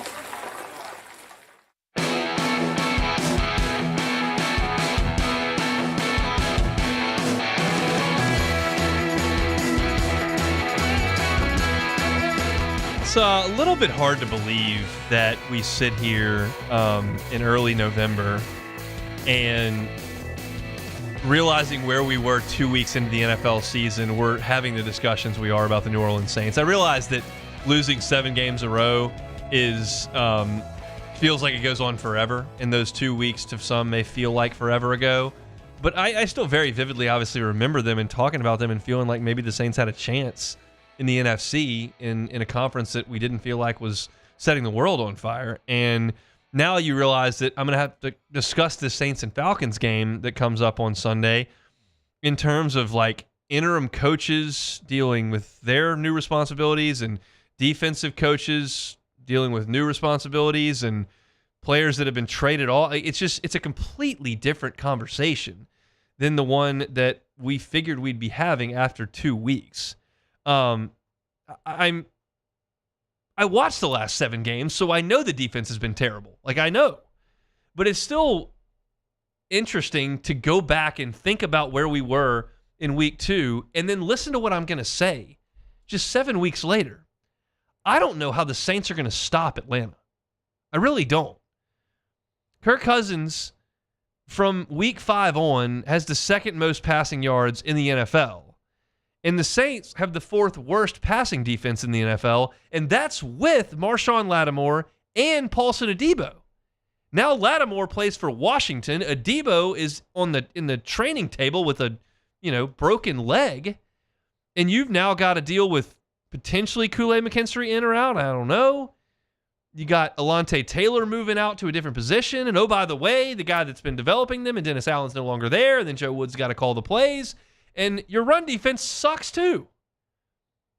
So I realize the Falcons have been good on offense, but clunky at times. I think they're going to score a lot of points on the Saints. And that's just the way that the NFC South has gone. I saw this stat. Shout out to the folks at ESPN. All 7 NFC South matchups have gone over the total this season. NFC South matchups are averaging 58.7 per game. So that's kind of where we sit here. I'm struggling with the Saints' defense's ability to keep up with Atlanta. As of 7 weeks ago, as of 4 weeks ago, we thought the Saints' defense was among the best in the NFL. And now I'm looking going, well, they're not. And so that puts a lot of onus on the Saints to score a lot of points. And I just haven't seen that type of ability since week 2. They didn't score a lot on Kansas City, didn't score a lot on Philly, and then Carr got hurt, and you had a rookie out there, and then Carr came back last week, and it didn't look that much better. And so now you look out there, and Chris Olave is certainly not going to play on Sunday, and may not play the rest of the way. And Rashid Shaheed certainly isn't going to play the rest of the way. So you don't have receivers, and your offensive line is healing, still banged up. And Derek Carr needs that support system to function the offense, and he doesn't have it. He's got issues at center, and big time issues at wide receiver, and a tight end passing game that's kind of been non-existent, and a running back that is trying to do everything. And look, Atlanta's defense is no great shakes. That's very clear. But what do they have to deal with here? You're dealing with a MASH unit and a team that is kind of without an identity. If you were to ask me right now, what's the Saints' identity on offense? I would say, they're going to try to run a wide zone scheme, which they haven't really gotten going. And then they'll try to play action off of it, but it's dependent on that getting going. And then if they play action, they got to throw it to Bub Means. Well, what are we doing here? I've watched the Falcons. I know their defense has gotten gashed week after week after week. I just don't know that it was Bub Means doing the gashing. I could toss Taysom Hill in there for some sort of identity, and that sounds great. But how sustainable is that as the backbone of your offense and not a gadget that you go to from time to time? Atlanta gave up 34 to the Seahawks, gave up 25 to Tampa. They gave up 30 more to Tampa. Saints scored 24. It hasn't been a great defense. I just don't know that the Saints are in position to offset that. What you've got to hope, if you're a Saints fan here, is a couple of things. One, the crowd is into it and not completely dead. I have my sincere doubts about that. I think there will be plenty of people there fired up to try to beat the Falcons. There will also be plenty of people that decide to sit this one out. Plenty of people that are going just because it's what you're supposed to do on Sunday, and they do sell cold beer there, and we'll see how emotionally invested we need to get in this. Probably not all that much. And that just doesn't make for an electrifying environment whatsoever. But you got to hope that there's a little bit of juice, and you got to hope that the team massively responds to Darren Rizzi, which is very possible. He's well liked there. It's obvious that Dennis Allen was not. He's gone. I hesitate to say substitute teacher vibes because that means you misbehave. But the pressure of dealing with Dennis Allen is gone now. And we'll see if that sparks the team for a week or two. You see that interim bump from time to time. It very rarely ends in the interim getting the job, but you do see that every once in a while. And that's a hope that you've got to have. And then Derek Carr's got to play really good. And sometimes that happens, and sometimes it really doesn't. He's going to have to stand in there and read defenses properly and throw guys open and be the best player on the Saints offensive side. You can say Taysom, you can say Kamara, all that. Truth be told, it's probably going to come down to more so Derek Carr than it is those other two guys. That's just the way it is. So as I lay that out, like, what's your confidence level? What's your confidence level that the Saints can put up a fight on defense with their top two corners out and defensive staff shaking up pretty significantly since Allen left? What's your confidence in the bump coming from Rizzi? What's your confidence in the Saints getting some ground game going? What's your confidence in Derek Carr trying to match Kirk Cousins throw for throw with neither of his top receivers? With that wide receiving group. Like, I would love to try to paint a positive picture, but let's be candid about this. Like, I'm gonna have to break this game down on Monday. I'm not really in the mood to sound like a moron and go, well, look, you got rid of Allen, you got Carr back, your offensive line's a little healthier, Carr's been able to work with these backups a little bit, Kamara's still there, you'll get Taysom involved, it's a rivalry game, you'll step up, and look, I think the Saints take it to him. I that's just not in my bones right now. Am I fair? Yeah, you are. I think the only reason that anyone can maybe logically think that the Saints have a chance in this game is just because of of Rizzi and maybe inspiring this team. But if you just look at the X's and O's, you look at the players on the field, the Saints just match up horribly because they don't have any of their good players. They traded away their best defender. Yeah. They lost their second best cornerback. They don't have either of their top two receivers, and after that, they don't have much. So, and they're still their offensive line is still relatively makeshift. But what can you really expect from them at this point? I mean, look, here's the deal. How old is Cam Jordan? How old is Demario Davis? How old is Carl Granderson? How old is Chase Young? How old is Alvin Kamara, Tyrann Mathieu? Like, you think a bunch of 30-somethings are going to look and go, oh, got the interim coach in, let's go. Like, you tell me some sophomores in college are fired up by that because Ed Ogeron is out there getting them a 90-minute practice in no pads instead of Les Miles banging skulls for 3.5 hours. Like, okay, I'll buy that the interim coach is going to give them a shot of life. I mean, I don't know. I think even though a lot of these guys are vets, I do still think that they saw how toxic the locker room was and there's no debating the environment was. Like, even though these guys are veterans and they are probably just, a lot of them are like, all right, they're pros. They're pros. But I still think that this could have an effect on them. We're like, man, let's go out there and because like you always say, every team goes into the season thinking they can win the Super Bowl. That's their goal. The Saints obviously can't do that anymore, but I do think that a lot of these guys still have some pride and want to play as hard as they can to win these games for the fans. So I do think that there could be a little bit of more inspiration because of Rizzi, but I don't know that it's going to matter just because they don't have the players. I'll be like, I don't think the Falcons are that great, but I have so little confidence in the Saints. So yeah, we'll see. I think the Falcons really, I think they are actually a pretty solid team. I mean, that so far this season, I mean, I would agree with that. Yeah, I think they're a solid team, and I think they're a playoff team. So I do too. Compare them to the Saints. That's a very big discrepancy there. I mean, but to your point, and that's completely correct. If they were playing Kansas City, if they were playing Buffalo, if they were playing Detroit, I would be like, well, this is a joke. Yeah, no, they're not. You're right. This is a bottom of tier 2 team in the NFL. Yeah. All right. We'll see. We'll see what the Saints can do. I'm mildly interested. Quite frankly, I am. It's the Falcons. See what it is. If they were playing the Patriots, no one would care about this game. No, and I'll be candid. I don't know what's next for New Orleans on the schedule. I'm looking it up right now. So after Atlanta, which is your little interim bump here, you got Cleveland in the Dome. Jameis. Which is, and then you have a bye, and then you've got the Rams in the Dome. So, we'll see.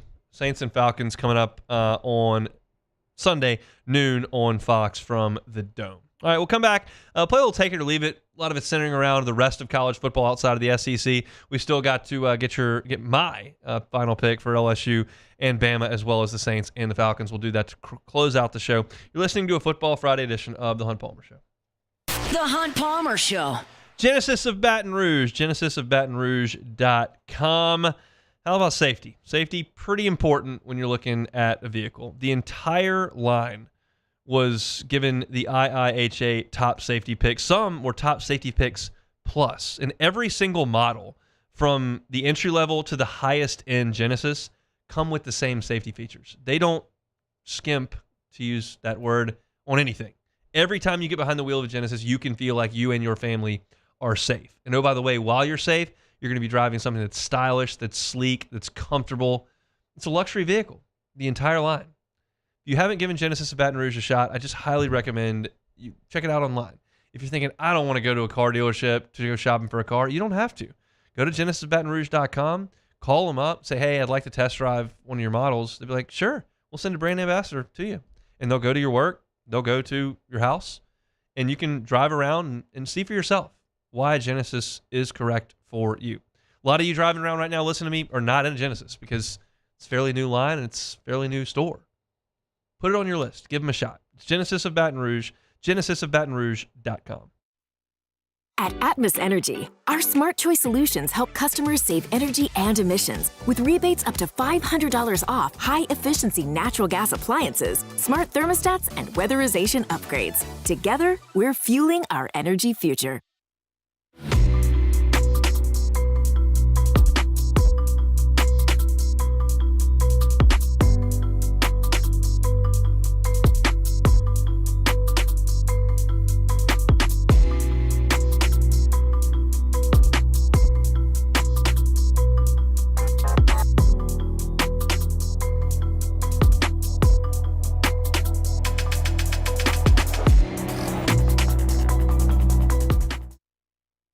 Gulf Coast Office Products is a nationally recognized Savin office equipment dealer based right here in Louisiana. Over 100 employees strong, Gulf Coast has the boots on the ground to support all vertical markets, from education, engineering, legal, and finance. With the latest in office technology, from desktop to production segment units, Gulf Coast and Savin have the perfect fit for you. Call 225-756-2644. That's 756-2644 for Gulf Coast Office Products. I've been doing business with Luba for 25 years. They're dependable, trustworthy. It's just the attention to detail with our clients. Our folks have years and years of experience. They're highly trained professionals, but many companies have that asset. What I'd like to think makes Luba a bit different is that we use those talents in a way that truly is dedicated to serving the needs of the folks who depend on us. Dylan Cruz here to tell you about Six Rings Baseball and Softball Camp. If you live on the North Shore and play ball, go to Six Rings Camps with former LSU assistant coach Dan Canaveri. His knowledge is second to none, and your child will improve and have fun doing it. Camps were held at Coquille Park and Six Rings Academy in Covington with 4 sessions over the summer. Full day and morning only sessions are available from ages 7 to 13. Go to sixringsbaseball.com or call 985-206-9096. Learn the game to love the game. Breck teamed up to reimagine your parks, and you imagined big.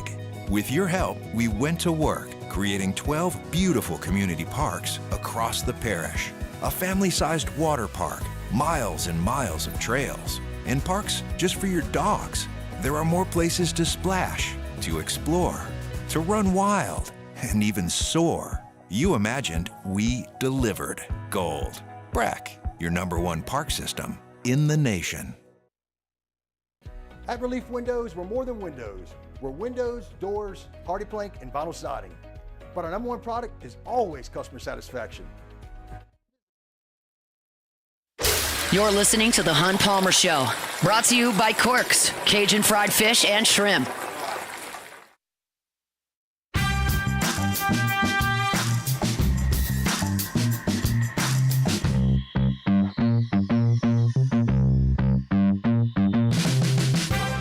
All right, chugging along here on a Friday edition of the Hunt Palmer Show, presented by Corks, Cajun fried fish and shrimp. If you're looking for a po' boy in Baton Rouge, have a hankering, Corks has a fantastic po' boy. They'll get you the catfish po' boy, get you that fried shrimp po' boy, just loaded with those jumbo Gulf fried shrimp.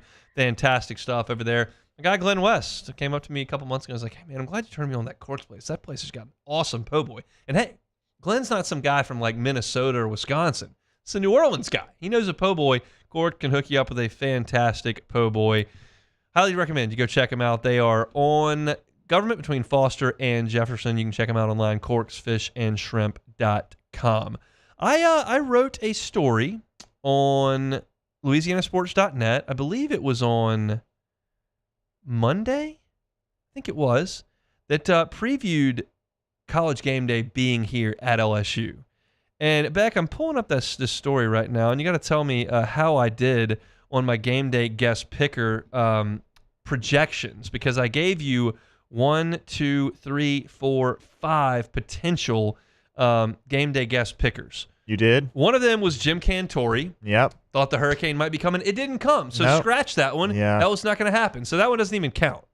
I gave you Herb Jones, Bama guy in the training room, but the whole Pels team is hurt, so we're not going to worry about that one at all. I gave you Joe Burrow.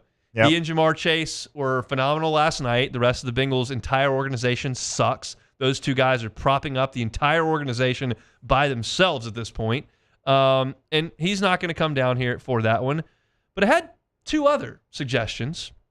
One was Jordan Davis, country superstar from Shreveport, Louisiana, former teammate of mine in 7th grade baseball. And what did we learn just 10 minutes ago? He's going to be playing. He'll be playing at game day. And then one of the others I had was Paul Skeens and Livy Dunn. Do they never do a co-pickers? I nailed it. You and your infinite wisdom. Wow. You called it. I mean, again, I oftentimes have to remind y'all, this is why every single year, Guarantee Media pays me multiple $1,000s to be right here in this seat to give you that kind of information. Incredible. Truly special stuff by me. Absolutely nailed it. Got the music guest. Got the game day. What do you think about this? I've heard some rumblings that Paul Skeens and Livy Dunn were the first choice and Joe Burrow was the backup. Like, that's stupid. Yeah, but I don't know if that's true or not. I've just heard some rumblings about that. Look, but I'm not surprised by that. I'm not, because I mean, Burrow's a bigger name than Skeens and Livy. Well, here's the thing, Hunt. We live in a TikTok world, okay? So we're going off the Taylor Swift effect here? No, well, yeah. Not that Livy's Taylor Swift, but you're trying to appeal to multiple audiences. Yeah. I think that they want to get the young people involved, you know? Joe B doesn't get the young folks going? He does, but he threw for $1 billion last night. He did. How's his defense? Not great. Awful. Okay, but are we going to talk about that game? Sure, we can talk about it right now. Okay. I vehemently disagree with going for 2 at the end of that game. I disagree. You cannot allow Lamar Jackson to touch the ball. He was scoring a touchdown every time. Here's my reasoning, Hunt. There's 38 seconds left in the game. Yes. The Ravens have 2 timeouts. Yes. Are you telling me you don't think that Lamar Jackson get Justin Tucker, one of the best field goal kickers in the last 5 or 6 years, in field goal range to kick a field goal, and they still win even if you get the 2-point conversion? Well, if they kick a field goal, they're going to win anyway. I know. So you have to stop them anyway. Okay, so that's the point. Is like if you make the extra point and it's tied, there is a slight chance that maybe John Harbaugh decides, we'll just kneel out and go to overtime. Maybe not, but either way, if they kick a field goal, it's over. So why go for 2 and risk the chance of, because you might win. But if you don't get if you don't get the 2 point, it's over. It's just like this all happened. Situation. It's not a perfect situation, but it's the best. It's the best. I don't know. situation. I think you kicked the extra point. I got so mad.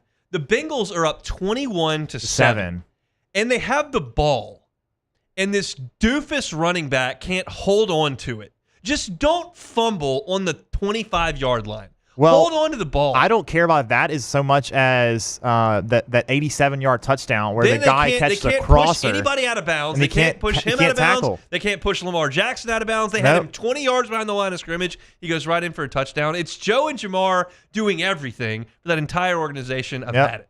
It is. I've had it. I actually got a little mad last night. We just need to just give up on the Bengals and just become full Commanders fans at this point. Look, it's going to have to be that way for the end of this year because the Bengals are going to play their way out of it. You might as well go ahead and order your JD5 jersey and get it in the Joe mail. Anarumo was a good defensive coordinator. Lamar Jackson it's child's play. Well, I saw a great tweet. Said Lamar Jackson literally treats the NFL like he's playing with his nephews. Yeah. Just running around, you can't catch him, throwing touchdowns, dancing. To be fair, he does that against pretty much everybody. Yeah, I don't care. I don't want to see it anymore. Okay. Come on, Bengals. All right, we got to do take it or leave it. All right.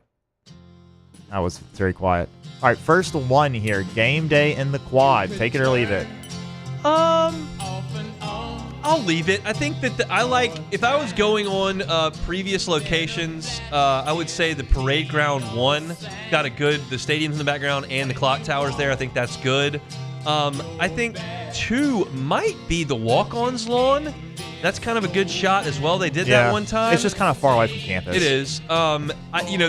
Initially when they did it, I was there in 2003 for Georgia when they were on the PMAC ramp. That's not good. That's not good. That's not it. So yeah, don't do that. But the quad's okay. It's all right. It's in the middle of campus. It's the heart of campus. I certainly don't think it's terrible. No. I think the parade ground is the best. I agree. However, when you do it, if you do the hedge above shot from the parade ground, you can tell there's not that many people there. Yeah, so it's a very big space. Quad's a little more tight. All right, next one here. Michigan can give Indiana a scare in Bloomington. Take it or leave it. I'm going to leave it. Michigan can't score. No, they can't. They can't throw the ball. No, and Indiana is going to score, so it's bizarre to say after the last 2 years we just watched, but Indiana's going to beat them by 3 scores. Yeah, I think so too. Next one, Penn State will respond and beat Washington. Take it or leave it. I'm going to take it. I'll take it. I think Washington's not great. No. Will Rogers is okay, but Penn State's got better players, and you're still very much in it. I could see in a 4-team playoff era them losing that game, looking at Indiana, looking at Ohio State, looking at Oregon, going, okay, we're probably toast. They're not toast right now. Nope. They need to show up and play. It's at home. I think they'll beat Washington. I agree with you there. Next one, Jalen Reed will lead LSU in scoring again on Sunday against Alabama State. Take it or leave it. I'll take it. Yeah, he's a handful for these younger teams. Not younger teams. These lesser teams. Size is the big. Yeah, he can get high percentage shots a lot, and he can get rebounds and putbacks. For some reason, ULM didn't want to double him at all in the game on Wednesday. I think Alabama State will probably not do that, but still, he's bigger, faster, stronger than these dudes. I think he'll score 20 more.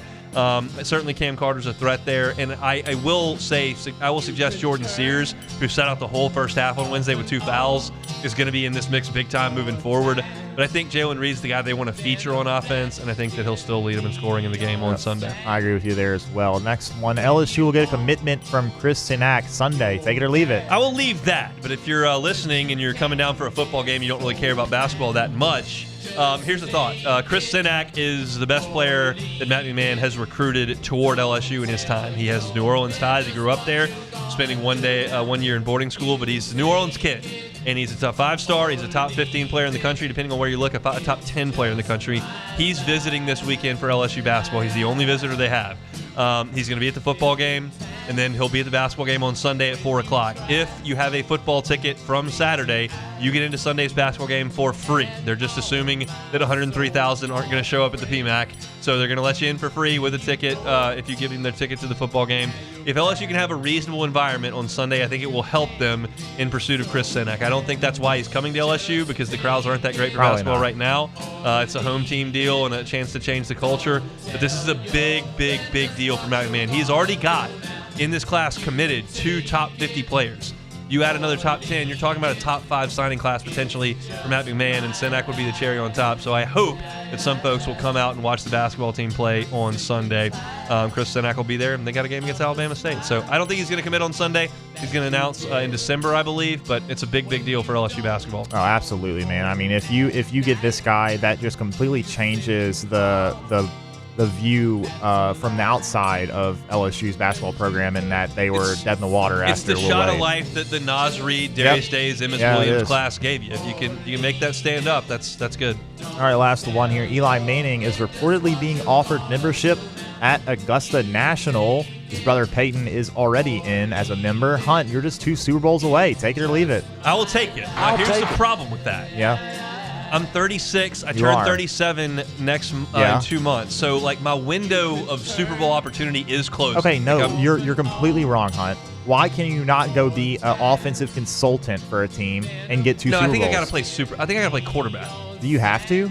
No, you don't have to, but I think that's my best chance. No, but I don't think that but Augusta is really going after a lot of consultants. Okay, but you're telling me that if you have a couple of giant rings in your finger and you walk up to an Augusta member and say, "Hey, I was on these teams, were really good, and I was a big part of it. Let me in." Well, I'll tell you, if I do that, I'm definitely not getting in. Well, You're not allowed to ask. No, I know. But I think if I win 2 Super Bowls at quarterback, I've got a real chance. But again, I'm 37. My clock is ticking. Now, Brady got one at 41. He so did. I still got a little time. I just haven't really been given the opportunity. I'm not sure. I'm not sure I agree with you there. Just based on the knowledge of your ability at quarterbacking. What about? How's my ability as an offensive analyst? I mean, better than quarterbacking. I think you played the NCAA a good bit. I haven't played in like 6 years. You did though. I did. Did a lot of 4 verts. A lot of hours. A lot of 4 verts. Hey, look, 4 verts works, huh? I mean, they still run it in all levels of football, okay? It's a good play. If I got in 3rd and 7, we were running 4 verts. We're running 4 verts. That was just that was coming. So, all right, that's it for Take It or Leave It here on this Football Friday edition of the Hunt Palmer Show. Let me once again set you up for our broadcast schedule tomorrow for Guarantee Media. Start things up at 1:30, Eagle 98.1 game day from Rouse's, Burbank and Lee, Charles Handegriff, and Matt Musso for 3 hours, getting you ready for LSU and Alabama. If you're heading out to campus, go see them at Rouse's on Burbank and Lee. Get your ice, get your tailgate supplies, and they'll be broadcasting right outside there at Rouse's. They'll lead it up to 4:30. That's when I'll take over on the LSU Sports Radio Network's pregame show between the ramps of the Assembly Center. Be on for 90 minutes. Me, Brandon Taylor, and Marlon Favorite. We'll hand it off to the broadcast team at 6. They'll get you ready and have the call of the game. 30 minutes after it goes final, Fighting Tiger postgame report on the LSU Sports Radio Network. Me, Brandon Marlin, back with you, reacting to the game, taking your interaction on social media. 90 minutes after the game goes final, Charles Handegriff and Richard Dixon from right here in the Mercedes-Benz of Baton Rouge studio on Eagle 98.1 Game Day's postgame show, taking your phone calls. So 1:30 start on Eagle 98.1 Game Day all the way into Sunday morning with your LSU-Bama prep. We've done just about all we can do here from the Mercedes-Benz of Baton Rouge studio on this Football Friday. Next, we'll pick a couple football games on the Hunt Palmer Show. The Hunt Palmer Show. Evolve Physical Therapy and Sports. EvolvePT.com is that website. Robbie Bolton, his team, no, that's not right. That's a different one. About 20 years as a physical therapist in the capital city. Professional athletes have trusted their bodies with Robbie Bolton and his team. You certainly can as well. Doesn't matter if you're a youth athlete trying to get back on the field or somebody that's in their 50s, 60s, 70s that's trying to get back to being active. If you're trying to be active, they can get you back towards that. It's hands-on physical therapy. It's isokinetic testing. It's scraping, cupping, dry needling, all those types of things designed to get you back to feeling better, being your active self. Pain sucks. They can help you deal with it at Evolve Physical Therapy and Sports. They're on Starring near Highland Road. You can check them out online, EvolvePT.com. It's Robbie Bolton and his team at Evolve Physical Therapy and Sports, EvolvePT.com.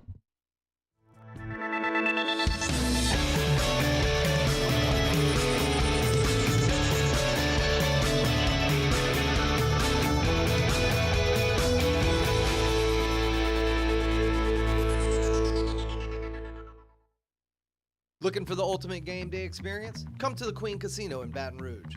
Wall-to-wall TVs mean you'll see every touchdown in HD. Place your bets and feel the thrill of every play with our DraftKings Sportsbook. The Queen Casino, where every moment is a win. Join us at Pro Dreams in Mandeville for our special event, A Day of Champions. Meet LSU National Championship winning head coaches Jay Johnson, Skip Bertman, and Paul Maneri. Don't miss your chance to purchase authentic sports memorabilia, autographed by the champions themselves. It's the perfect opportunity to celebrate LSU baseball and take home a piece of history. Visit pro-dreams.com to get your tickets. See you there. Electricity is all around us, and our families depend on it. Every day is sparked by the power of a cold drink or a warm meal, a movie night, and a comforting light at the end of a dark hallway. From sunrise to sunset, playtime to bedtime, our team is ready to take care of your electrical needs. Even in the case of an after-hours emergency, the light in your life shines brighter with Mr. Electric. Hey, it's Matt Moscona. For years, you've heard me tell you about Insurance Network of Louisiana, helping you find better coverage for less money. But it's not just for your home and auto. They also offer commercial property. So, retail stores, professional offices like doctors, dentists, attorneys, clothing boutiques. Insurance Network of Louisiana can find you better coverage for less money. They service the entire state of Louisiana, and they're local. So call today at 293-0450 or lainsurance.net. Jerry and Benny Payne began Central Plumbing Company out of their driveway in Tanglewood subdivision. 50 years later and 4 generations down the road, we continue to serve Baton Rouge and the surrounding areas for all of their plumbing needs. Residential, commercial, industrial, or hospitality, Central Plumbing is here 24/7, 365. We want to thank our customers, family, and friends for 50 years of success. And looking forward to 50 more. Gulf Coast Office Products is a nationally recognized Savin office equipment dealer based right here in Louisiana. Over 100 employees strong, Gulf Coast has the boots on the ground to support all vertical markets from education, engineering, legal, and finance. With the latest in office technology from desktop to production segment units, Gulf Coast and Savin have the perfect fit for you. Call 225-756-2644. This is the Hunt Palmer Show, brought to you by Quirks, Cajun fried fish and shrimp.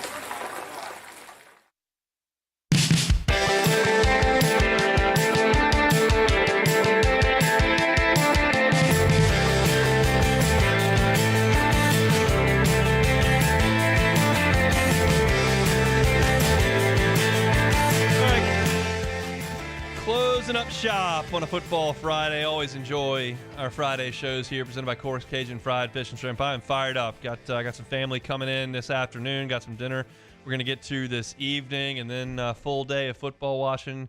Commencing with LSU and Bama. I opened the show talking about how fired up I am for this game, but I am every single year because this game does mean a lot, and it is important, and it's got a lot of consequences, and it's going to be an incredible environment. There's a lot on the line on Saturday night in Death Valley. So I can't wait for that. And then, of course, Sunday we'll have Saints and Falcons, and we'll see just how ready the Saints are to play, how much energy they have, and whether or not they can figure some things out after losing 7 in a row and ditching their coach earlier this week. So we got one thing left to do here, and that is, of course, pick some football games. We start in the National Football League.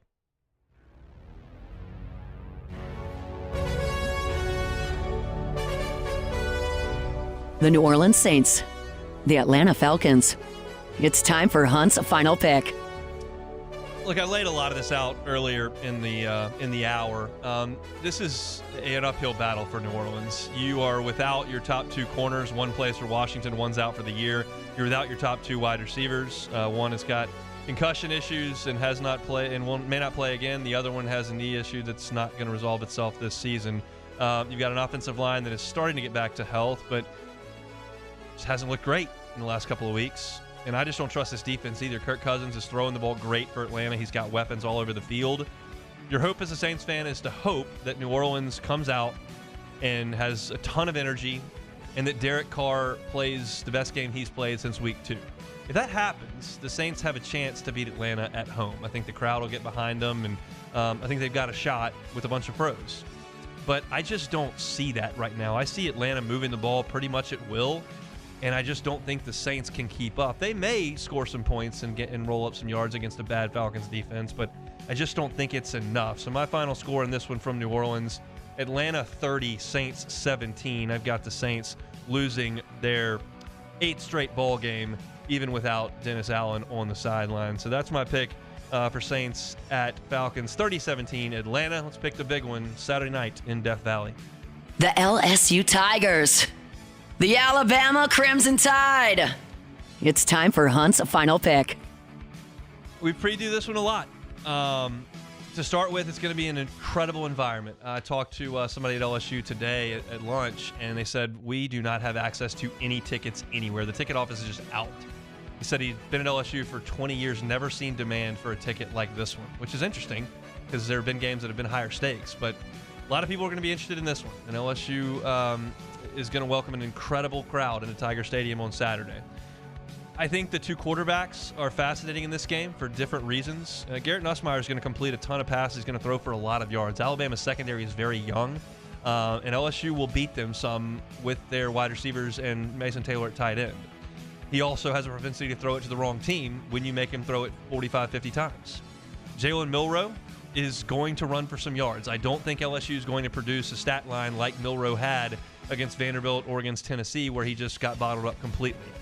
The question is, does he run for 130 and 3 scores, or does he run for 45 and a touchdown?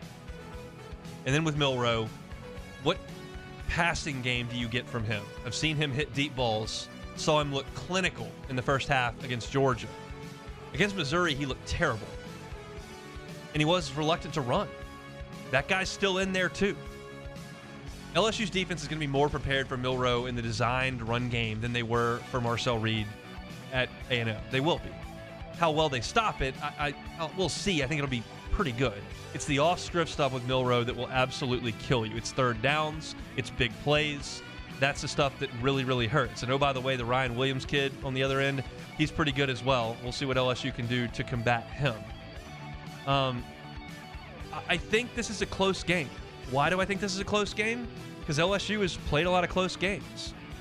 Alabama has played a lot of close games. Alabama played a close game with Georgia and won it. Alabama played a close game with Vanderbilt and lost. They played a close game with Tennessee and lost. They played a close game with South Carolina and won. They're not the juggernaut they once were. They're just good. LSU is good. I think LSU is going to move the ball. I think Alabama's going to move the ball. I think the points start to roll up in this game in the second half. I'm going to take Tiger Stadium in this game, y'all. I think LSU is going to make the playoff this year. I've talked myself into that. I see the flaws. All that could be out the door 30 hours from right now. But as we sit here on Friday afternoon, I think LSU wins the football game. I've got LSU 30, Alabama 28 in front of a raucous crowd in Tiger Stadium, and I think the program takes a step forward on Saturday and this year by reaching the playoff and kind of setting that as the standard in Baton Rouge. So give me LSU in Tiger Stadium tomorrow night. Those are your final picks here on this Football Friday. Thanks to the folks at Corks. Check out their menu, corksfishandshrimp.com. If you missed any of the show, catch it on demand. 1045ESPN.com's on-demand tab, Apple Podcasts, Spotify, Google, wherever you find your sound. You can always find us. Just search Hunt Palmer Show. Like, subscribe, rate, and review. Open the show talking about the stakes in this game for these two programs and my memories of LSU and Alabama. Preston Guy was with us as well. Garrett Nussmeier was pulling against LSU in this game a dozen years ago.